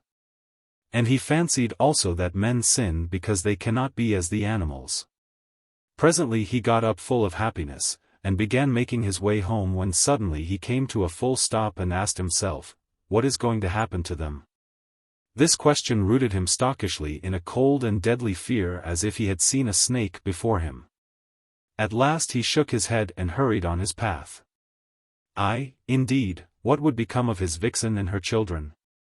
This thought put him into such a fever of apprehension that he did his best not to think of it any more, but yet it stayed with him all that day and for weeks after, at the back of his mind. So that he was not careless in his happiness as before, but as it were trying continually to escape his own thoughts. This made him also anxious to pass all the time he could with his dear Silvia, and, therefore, he began going out to them for more of the daytime. And then he would sleep the night in the woods also as he had done that night. And so he passed several weeks, only returning to his house occasionally to get himself a fresh provision of food. But after a week or 10 days at the new earth both his vixen and the cubs, too, got a new habit of roaming. For a long while back, as he knew, his vixen had been lying out alone most of the day, and now the cubs were all for doing the same thing. The earth, in short, had served its purpose and was now distasteful to them, and they would not enter it unless pressed with fear. This new manner of their lives was an added grief to Mr. Tebrick, for sometimes he missed them for hours together, or for the whole day even, and not knowing where they might be was lonely and anxious. Yet his Silvia was thoughtful for him too and would often send Angelica or another of the cubs to fetch him to their new lair, or come herself if she could spare the time. For now they were all perfectly accustomed to his presence, and had come to look on him as their natural companion, and although he was in many ways irksome to them by scaring rabbits, yet they always rejoiced to see him when they had been parted from him. This friendliness of theirs was, you may be sure, the source of most of Mr. Tebrick's happiness at this time. Indeed, he lived now for nothing but his foxes. His love for his vixen had extended itself insensibly to include her cubs. And these were now his daily playmates, so that he knew them as well as if they had been his own children. With Selwyn and Angelica indeed he was always happy, and they never so much as when they were with him. He was not stiff in his behavior either, but had learnt by this time as much from his foxes as they had from him. Indeed, never was there a more curious alliance than this, or one with stranger effects upon both of the parties. Mr. Tebrick now could follow after them anywhere and keep up with them too, and could go through a wood as silently as a deer. He learnt to conceal himself if ever a labourer passed by, so that he was rarely seen, and never but once in their company. But what was most strange of all, he had got a way of going doubled up, often almost on all fours, with his hands touching the ground every now and then, particularly when he went uphill. He hunted with them too sometimes, chiefly by coming up and scaring rabbits towards where the cubs lay ambushed, so that the bunnies ran straight into their jaws. He was useful to them in other ways, climbing up and robbing pigeons' nests for the eggs which they relished exceedingly, or by occasionally dispatching a hedgehog for them so they did not get the prickles in their mouths. But while on his part he thus altered his conduct, they on their side were not behindhand, but learnt a dozen human tricks from him that are ordinarily wanting in Reynard's education. One evening he went to a cottager who had a row of skeps, and bought one of them, just as it was after the man had smothered the bees. This he carried to the foxes that they might taste the honey, for he had seen them dig out wild bees' nests often enough. The skepful was indeed a wonderful feast for them. They bit greedily into the heavy scented comb, their jaws were drowned in the sticky flood of sweetness, and they gorged themselves on it without restraint. When they had crunched up the last morsel they tore the skep in pieces, and for hours afterwards they were happily employed in licking themselves clean. That night he slept near their lair, but they left him and went hunting. In the morning when he woke he was quite numb with cold, and faint with hunger. A white mist hung over everything and the wood smelt of autumn. He got up and stretched his cramped limbs, and then walked homewards. The summer was over, and Mr. Tebrick noticed this now for the first time and was astonished. He reflected that the cubs were fast growing up, they were foxes at all points, and yet when he thought of the time when they had been sooty and had blue eyes it seemed to him only yesterday. From that he passed to thinking of the future, asking himself as he had done once before what would become of his vixen and her children. Before the winter he must tempt them into the security of his garden, and fortify it against all the dangers that threatened them. But though he tried to allay his fear with such resolutions he remained uneasy all that day. When he went out to them that afternoon he found only his wife Silvia there, and it was plain to him that she too was alarmed, but alas, poor creature, she could tell him nothing. Only lick his hands and face, and turn about pricking her ears at every sound. "Where are your children, Silvia?" He asked her several times, but she was impatient of his questions, but at last sprang into his arms, flattened herself upon his breast and kissed him gently. So that when he departed his heart was lighter because he knew that she still loved him. That night he slept indoors, but in the morning early he was awoken by the sound of trotting horses, and running to the window saw a farmer riding by very sprucely dressed. Could they be hunting so soon, he wondered, but presently reassured himself that it could not be a hunt already. He heard no other sound till 11 o'clock in the morning, when suddenly there was the clamour of hounds giving tongue, and not so far off neither. At this Mr.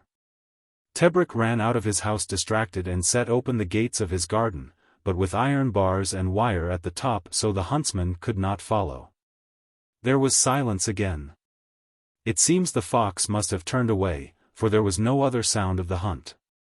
Mr. Tebrick was now like one helpless with fear. He dared not go out, yet could not stay still at home. There was nothing that he could do, yet he would not admit this, so he busied himself in making holes in the hedges, so that Silvia, or her cubs, could enter from whatever side she came. At last he forced himself to go indoors and sit down and drink some tea. While he was there he fancied he heard the hounds again.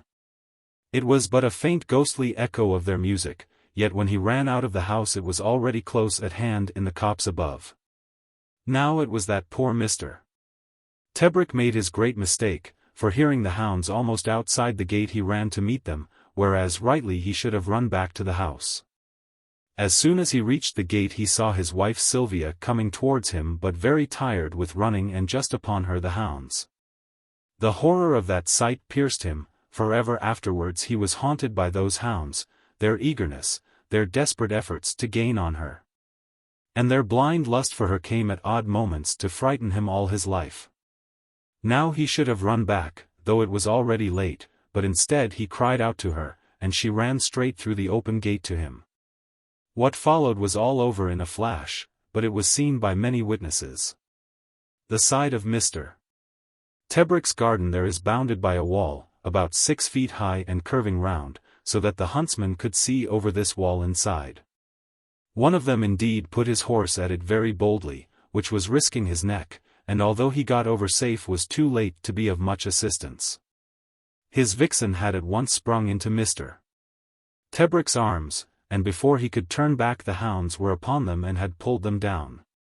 Then at that moment there was a scream of despair heard by all the field that had come up, which they declared afterwards was more like a woman's voice than a man's.